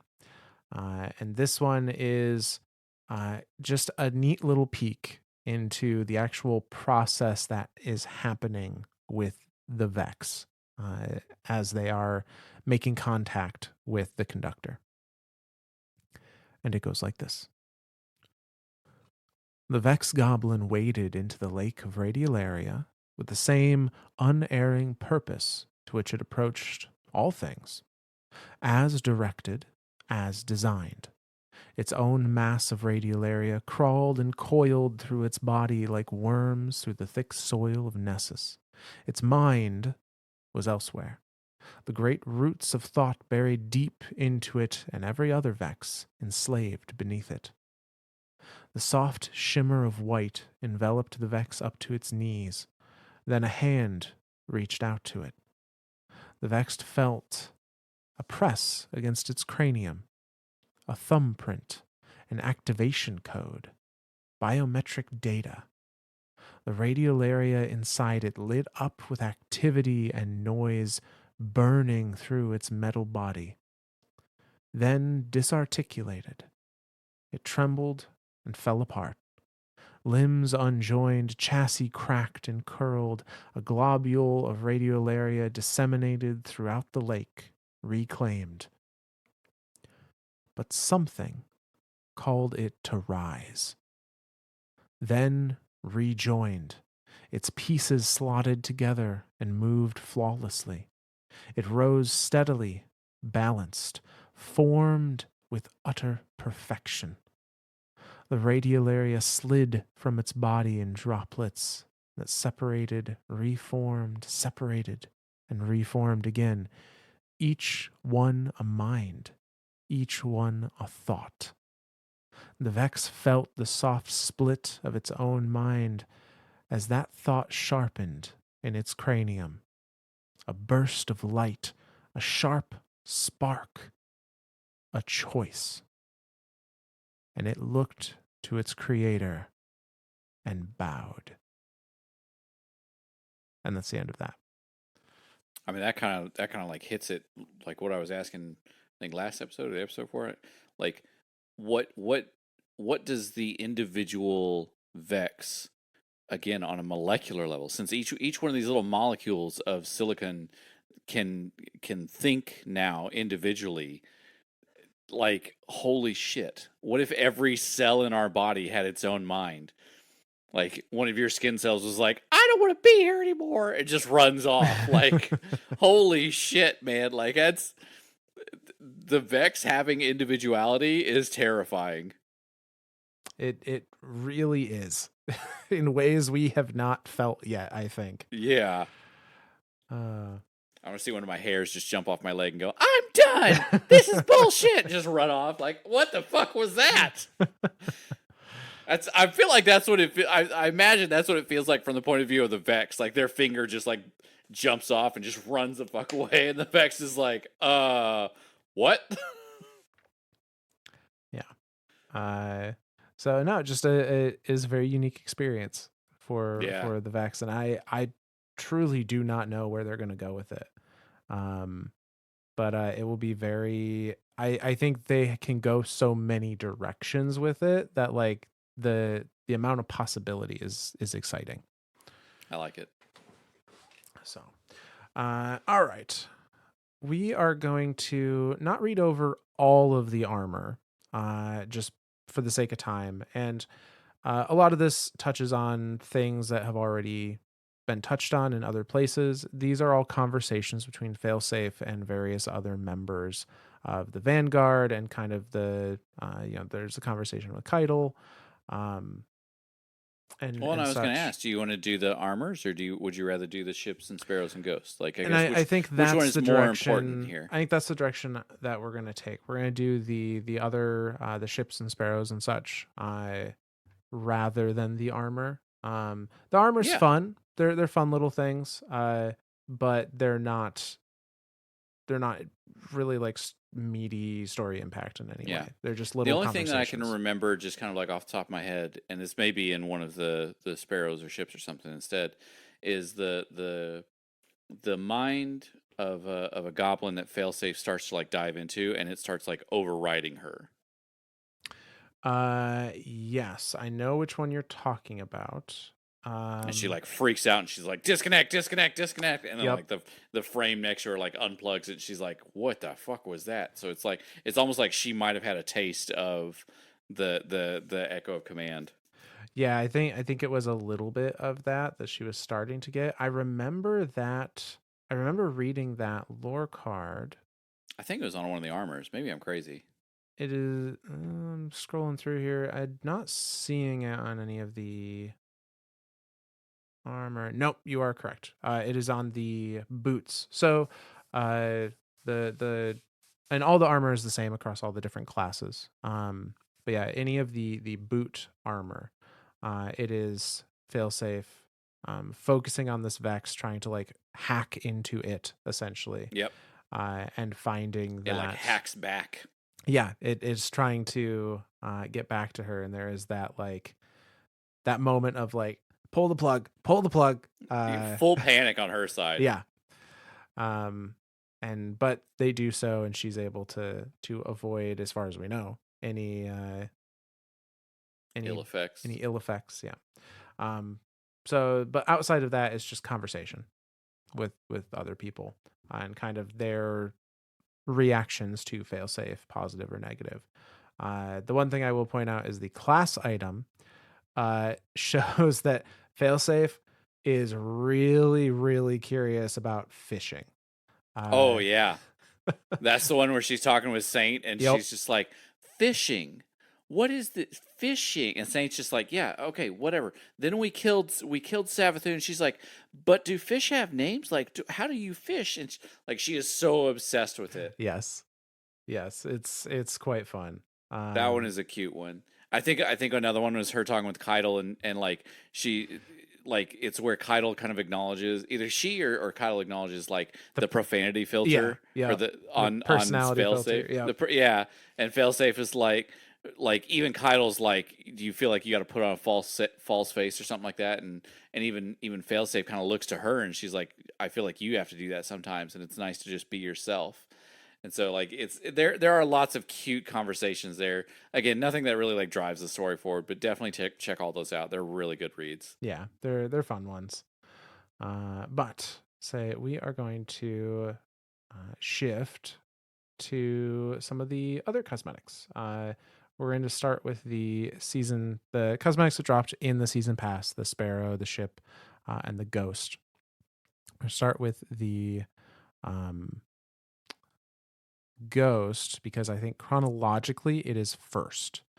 These are all three logs from presumably Maya as she is becoming herself again, is like Yeah. coming back into consciousness from the Vex network.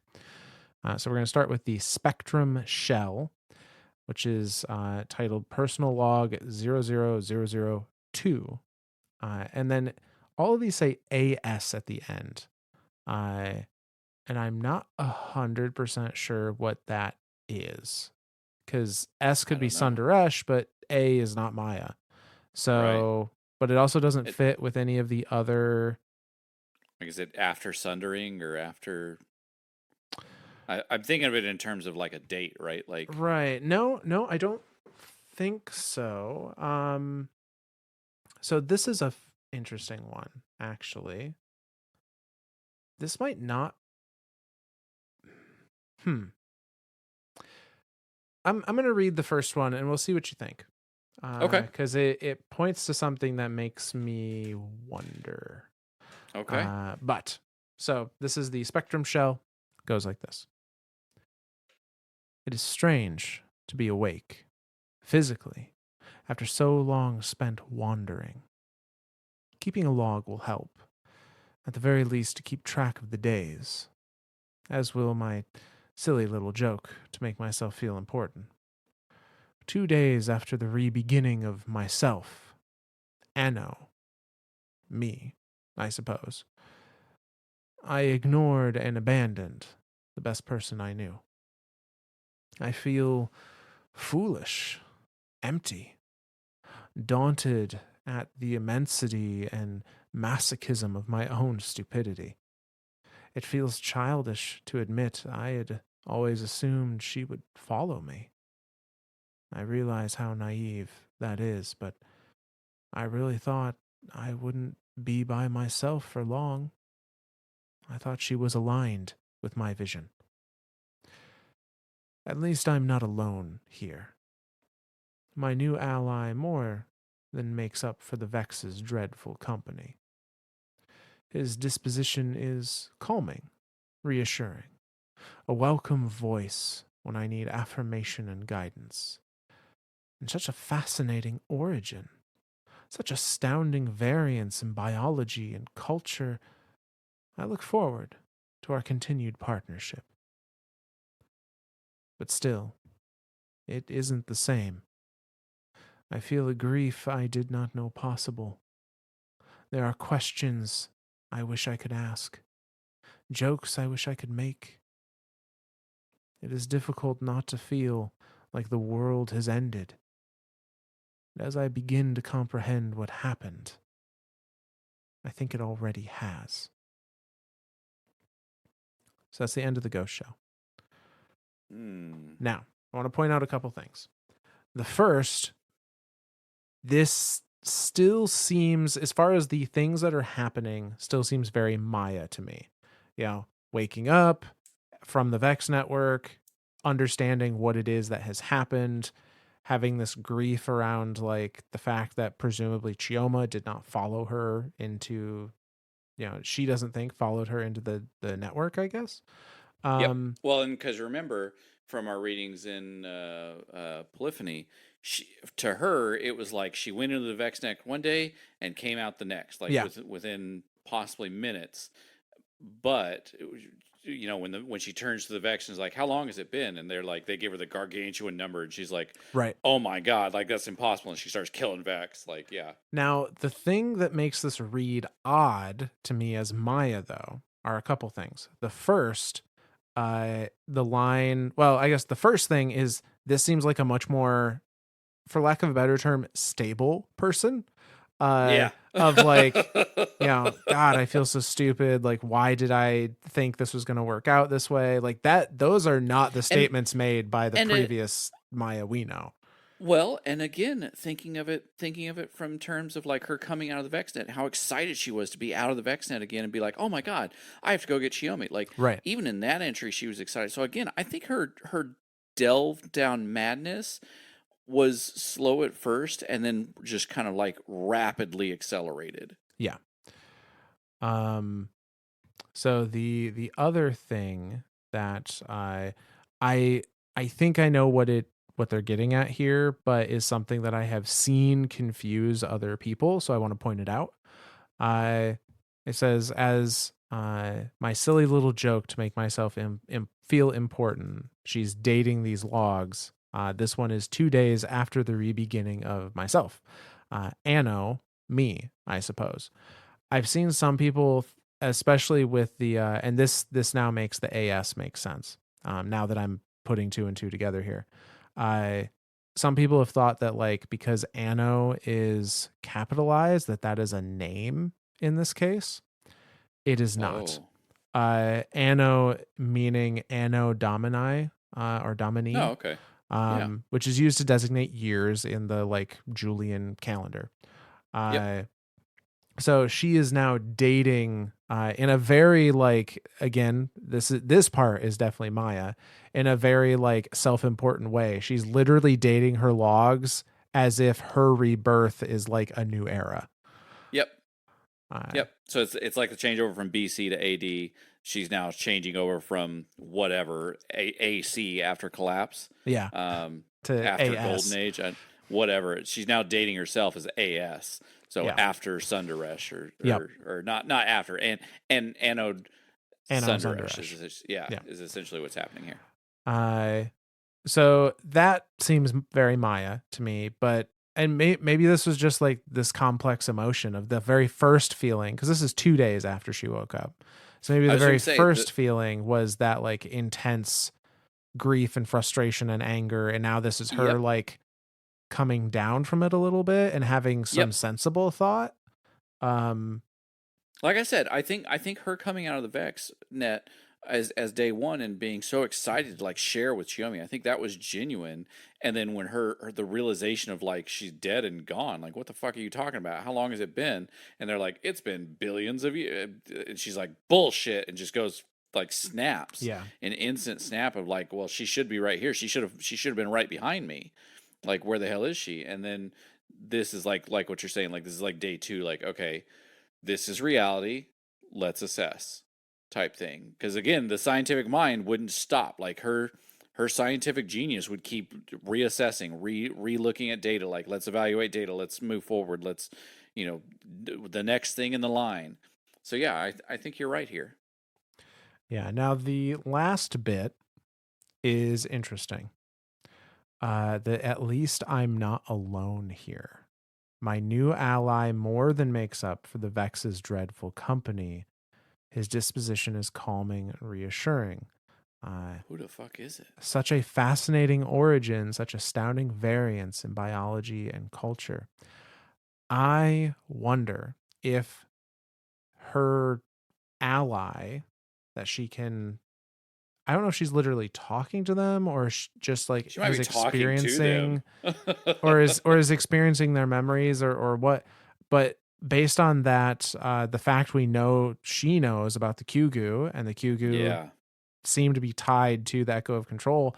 I wonder if the Echo of Control literally has like some version of Taekwol in it. I think so. Like I don't I again it seems too on point Right. for it to not be that. So like maybe she actually has some type of consciousness that she can talk to there, or it's just memories that are playing in her head and she's talking to it because now she's starting to lose her sanity. Um, yeah, Right. either way, could go either way. So this log continues in personal log 25. This is on the unbridled iridescence sparrow.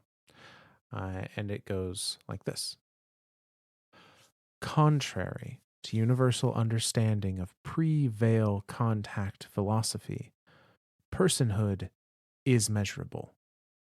What defines personhood is consciousness within the principal state of existence, mathematically defined through infinite probability testing by the Vex as our current own timeline.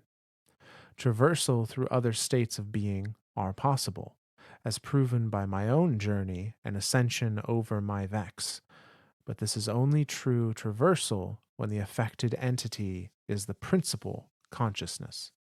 If not, it is a different phenomenon entirely. While Vex, even these older ones, specialize in replicating existing beings in order to determine future possibilities, the facsimiles they create are just that, facsimiles. It is only logical to prioritize our timeline of origin, and thus duplications share no origin, no connection to the one realm and timeline that matters. Think of the primary query results thus far. What we have seen are facsimiles, unquestionably wrong. Small errors in some ways, and in others immense. Each is clearly a response to an origin, like variations on a theme. Rachmaninoff may play like Chopin, but he is not Chopin. But with this, there are clear parameters to the query: memories, personal beliefs, measurable factors. When we think of revolting familiarity, we think of doppelgangers, uncanny valleys that are familiar and strange at once. These are unnatural in the extreme, directly in opposition to the order of the universe. What falls outside of parameters is a twin we cannot trust, for it is not natural. It is not real. It cannot persist. I believe in my hypothesis. I must trust that I know what I know. And the primary query will continue. And that's the end of that. So I've got two things that are kind of floating in my head right now, but I don't know how. I don't know. So the first one is, what if the Maya that came out of that VexNet is actually like, and again we've thought about this and theorized this, like in her timeline it really was just 1 second, like she had just hopped in for a second and came right back out, but she came out at a different reality, Maybe. that reality being our reality. So to her, she really is like, it really was just a second to her. But then when the Vex are like, no, it's not. And now she's just in this reality, which we think of it as the true reality. But the copies that were of Maya Sundaresh all had a meeting with each other and they all jumped into the VexNet, right? We're unclear as to exactly how all that happened. I'm trying to remember. I don't know that they were all in the same simulation, because Okay. they couldn't be, right? They had no way to Right. traverse across simulations. But I think they Yep. all like went They could to talk an to each other access though. point. They did have Yeah. communication. I think they all found an access point to the Vex network, and or no, it was the Maya Prime. It was the Ishtar, the quote unquote real Ishtar Yeah. group that essentially like found an access point to the Vex network, and there was a vote on, do you want, hey simulation people, do you want us to just like dump your simulation data into the Vex network for you to, have free Explore. reign? Yeah. Yeah. And they all voted Because that's yes. So that's where I'm curious of, like, once they were dumped into the VexNet, were they living out like essentially simulations of a different reality, of like a possibility of like the Infinite Forest, right? Like where it's like it's a simulation, but it's still a simulation of this reality of this world, or were they truly in the VexNet, just floating around bits and data and shit like that? I think both. Like we've seen that they communicated with each other. They had Mm-hmm. monikers and they even had meeting points because there was Yep. some of those communications that were like, I will be waiting at the bismuth planet. Yep. Uh, so that tells me that they're able to pop into like the simulated planets and worlds and things. And they clearly are able to travel across the network outside of what would have been their own original simulation. So Right. like I think they kind of can go wherever they want to go. I mean, at the end of the day, it's if it's a simulation, it's a simulation. The your ability to traverse it is limited by your imagination, essentially. Yeah. Is what it sounds like. I mean, there are still some parameters and rules that you have to work around with the Vex and whatnot to actually do it. But so that's where I'm curious of, if what if the Maya, what if a Maya, like some, because some of these paths there's 227 of them, so some of these paths had to Well, have been slightly similar. and to point out a thing here, there's 227 that were part of that Vex's simulation. There could be Right. a countless number of other Mayas that were simulated by the Vex that were Right. not a part of that group. Exactly. So even just within the 227 variations there had to have been some similarities, right? There had to have been Yeah. some, like one night everyone ate the same, chicken or whatever, because that's what they decided that was there. Had the, another night they had tacos, and they just happened to be the same tacos type thing. Maybe in one they burned the tacos, and the other one they didn't burn the tacos or something like that's kind of how I imagine this going. So again, going off that idea, that means that one of those copies made it to Neomuna and crash landed. I'll put that in quotations on Neomuna in that simulation, and then started messing around with VexNet stuff. Maybe they were a little bit more positive about it. Maybe they weren't like so psychotic of like, oh, we're just going to use up exos and fuck them. Um, and that Maya dove into the VexNet at that access point, and then when the Echo of Command came in and she touched it and came out at this access point, for her that was like again a very small trip to her. That could have been a few seconds, maybe an hour or something like that, a day maybe. And then when she comes out, now she's in a different reality, and so now that truly was like a way to traverse realities now, and she's kind of the only one that's been able to do it. But now that she can do it, because she's the one that's jumping into all these different realities and pulling these Chiomas out and killing them, so like now she has the ability to jump realities Well, I think kind of she's freely is what it seems like. I think all of them can jump simulate once they're in the network, like all of those are part of the network. Like they're it I I don't see what think you're we should be saying. looking at the Vex network as a gateway to other realities. It's Right. all of those quote unquote realities are just simulations within the network. I see what you're I saying. It's all still one network. These are Right, just like different like different nodes, like a different computer or something like that. That it's still part of the network. right. Okay. And the one thing that is worth pointing out is that regardless of if the Maya that became the conductor is exactly the same Maya that came from our reality and jumped into the into the VexNet um at Neomuna, like the Chioma that we tracked down is from our reality because we used Right. information from the veil containment in our timeline to find Yep. that Chioma. And whether this Maya is the same or not as the one that Chioma knew, the one that Chioma knew was still a psychotic, crazy person. So Right. like, I feel like it. Occam's razor. The simplest Right. answer is the Is most usually likely. the Yep. I'm guessing this is the Maya from our reality. Okay. Because I was curious about that. Like she keeps referring to everything in this card, and that's why I brought this up. She was referring to everything in this card is like everything around her is a facsimile, and to her, if she is from a different simulation or whatever, this would seem like a facsimile. This wouldn't be the same as what she was experiencing on that side of it. But I think you're more right. I think she's just losing her mind.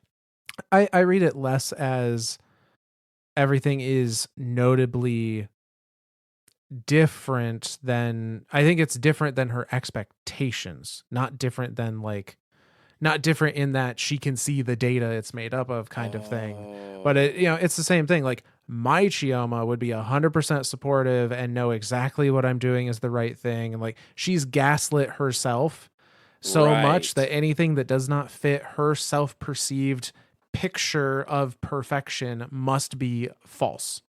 I'm following now. I'm following now. Because even though she says that, we know on our side of it, like even her own Chioma was like, no, that bitch is crazy. Yeah. Like, Yeah. what the hell's wrong with her?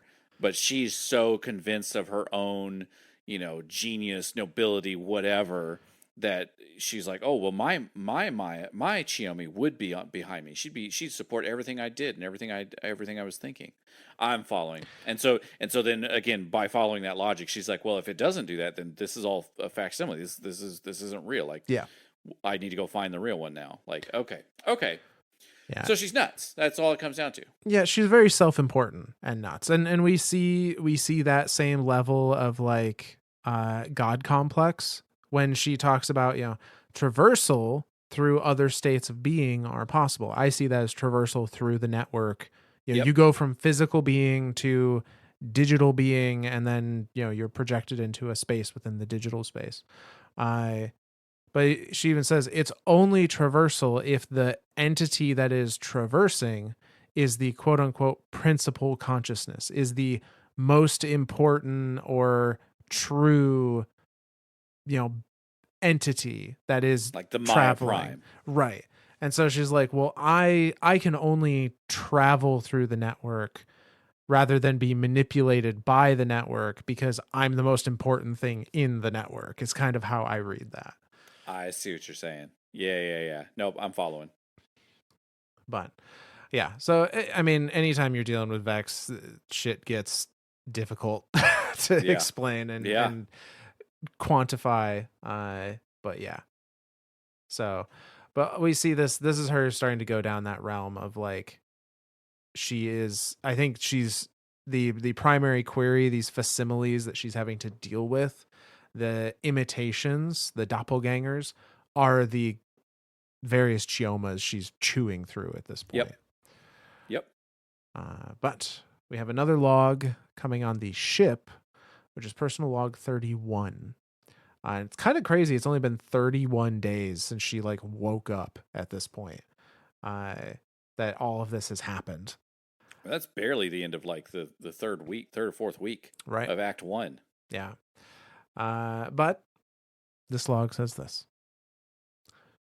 a question for myself. How necessary is the entirety of humanity to bring about a golden age?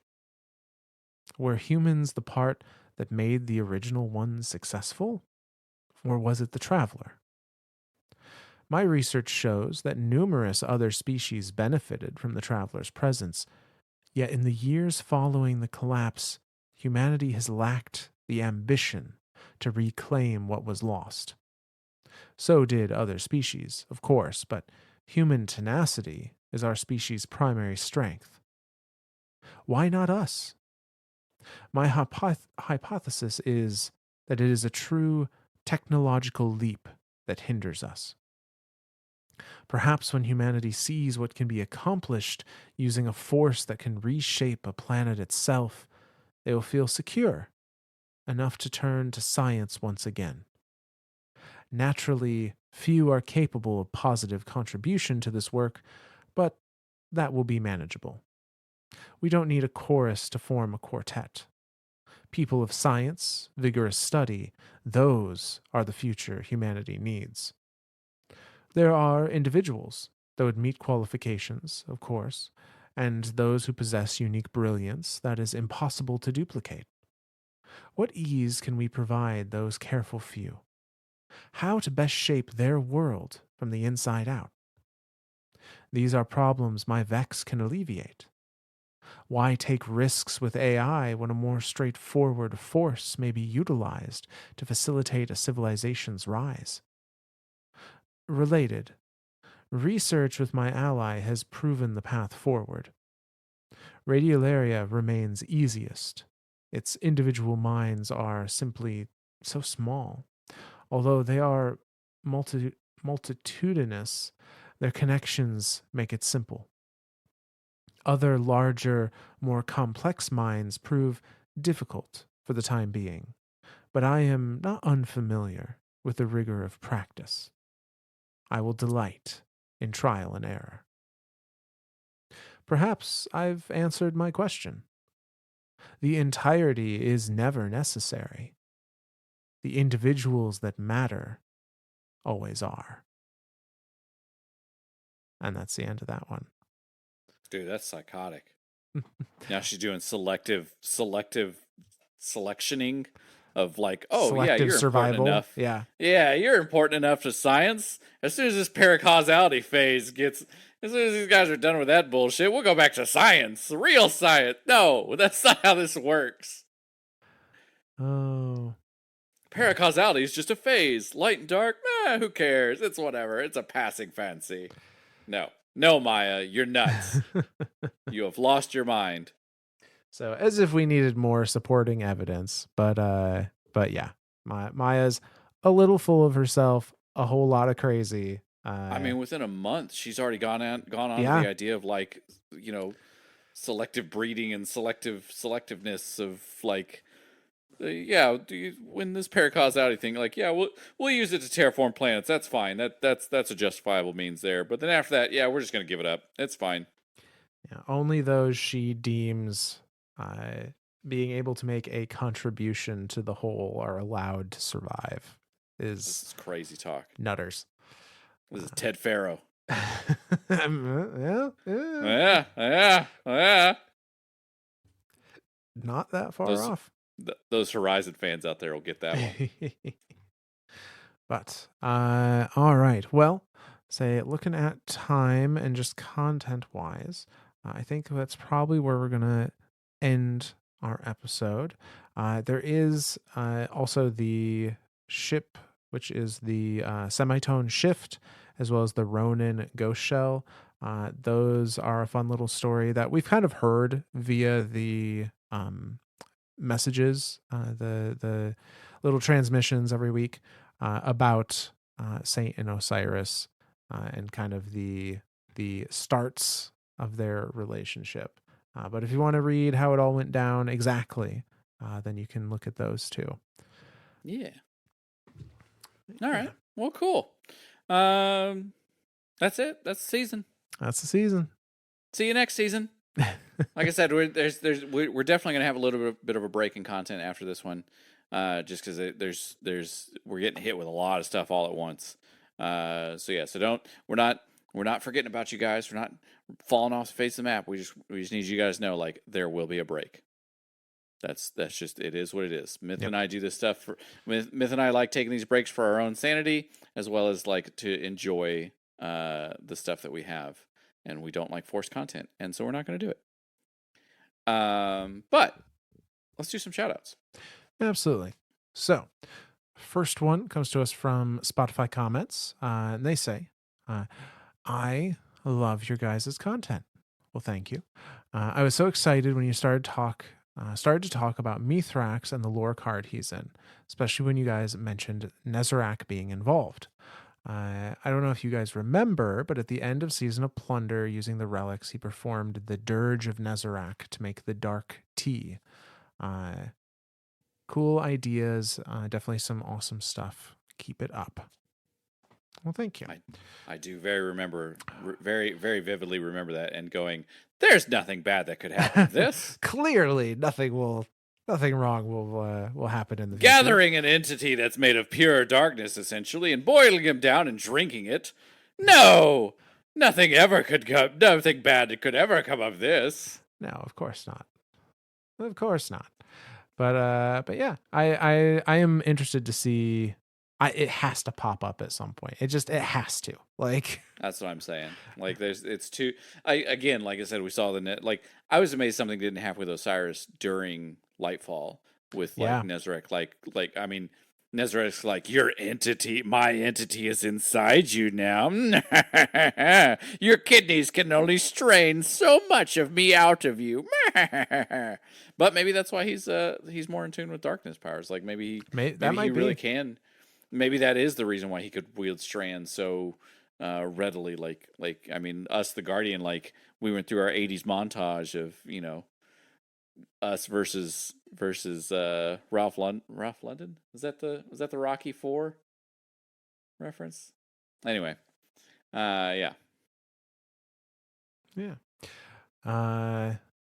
Yeah. So, but regardless, say glad that you are enjoying it. And like we said, we're gonna, as long as there is meaningful stuff that we want to talk about, we will do so. absolutely. And I expect there will be plenty of that with this upcoming episode. Once we have the time necessary to process all of it and like come to terms with the giant, what I imagine will be the giant story dump at the very beginning, since we Yep. don't have the weekly breaks in between anymore. But the next one here was sent to us via a Gmail message. This one says, I'm currently listening to Polyphony Part 1, and you two participated in a lengthy discussion of the implications of Maya pulling precursors from the radiolaria at the end of Act 2. I've got an explanation that I feel may be the closest to Occam's razor. As was discussed later in the episode, M-Sun 12 originated pre-collapse. In the Curse of Osiris DLC, the Strike Garden world was a simulation of Mercury sometime after the Traveler terraformed it, but before the Vex vexified it. In the Strike, I'm remembering this. Yep, in the Strike, the Vex appear as the precursor variety. I pose that it's quite likely that the Vex biome was most familiar with, and that she performed experiments on alongside her Ishtar scientists, were likely of this precursor variety. And therefore, when making her own Vex, she remade them in the form that was most familiar to her. Occam's razor wins again. Yeah, no, I like that. I mean, that's a very like clean yeah. and simple solution, but because of that, it also makes a lot of sense. Yeah. See, I'm glad you remembered more than we did. see, sometimes you need that third party to like hear a discussion, be like, no, Wait a minute, you crazy fuckers. like, no, there's a much simpler answer. Yeah. Yeah. Yep. Yep. So the 100%, that makes total sense. And would very easily explain, because that's what she knows. And it's just Yeah. like, yep, these are the Vex as I know it. I mean, honestly, it could come down to just personal preference. Like these Vex Yep. are shiny and symmetrical, and that's my vibe. Who knows? Yep. But yeah, so thank you for sending that in. That is definitely something that I think is probably more likely than Yeah. our whole thing. But there's also a little bonus section here that I thought is cool. Since y'all like hearing about people's guardian and ghost names, my exo warlock is Whiskey 5, and his God ghost is dang it. Hermes. What did I name my ghost? I've already forgotten what I named my ghost. It wasn't Xerxes, See, was it? Was it Xerxes? I don't Shit, know. it's Xerxes now. But they continue. I came up with these because my clanmates and I play a sometimes weekly homebrew Destiny TTRPG. My friends are making, and the rest of us are helping test. Let's go. Yeah, that's very cool. I have heard, and I don't know if this is the same thing as what you're doing, or if you're making something different, but I have heard of Dungeons and Destiny. It was like Yeah. a free, was a community created D&D port using like Destiny classes, and there were some stat blocks created for the various races and monsters and things. So I don't know if you're based off that or if you're running your own thing, but either way, super cool. That's super neat. That is, say, as we participate in our own more traditional D&D home games. But it's always cool to see all the different things people can come up with within that That's not to realm of say we rule do. sets. Yeah, I mean, we definitely. I recreated Asher in the Yeah. form of a of a kobold scientist in one of our campaigns. Yep. He's yeah. Every time I come across something, the first thing I do is shoot it with something. He's very straightforward. He's very science driven. His name is Kickschneer, so he's it's all with no vowels too. So it's all consonants, but it's like a variation of Ashermere.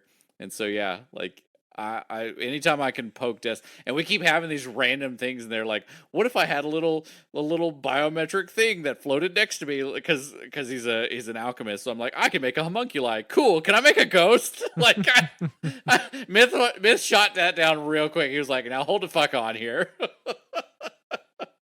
So yeah, I love seeing Destiny outside of Destiny, and yeah, to put it in a tabletop RPG, like that's tits. I like it. That's cool. I like it. I like it a lot. Yeah, that's very cool. And so to give a little shout out to them, they say they actually stream this on Mondays on Twitch at Destiny Legend RPG around like 8:30 to 9 p.m. Eastern time. So if that also sounds interesting to any of you guys listening, it sounds like they do a stream, and that would Go be a check them really cool out. thing to check out. Yeah, absolutely.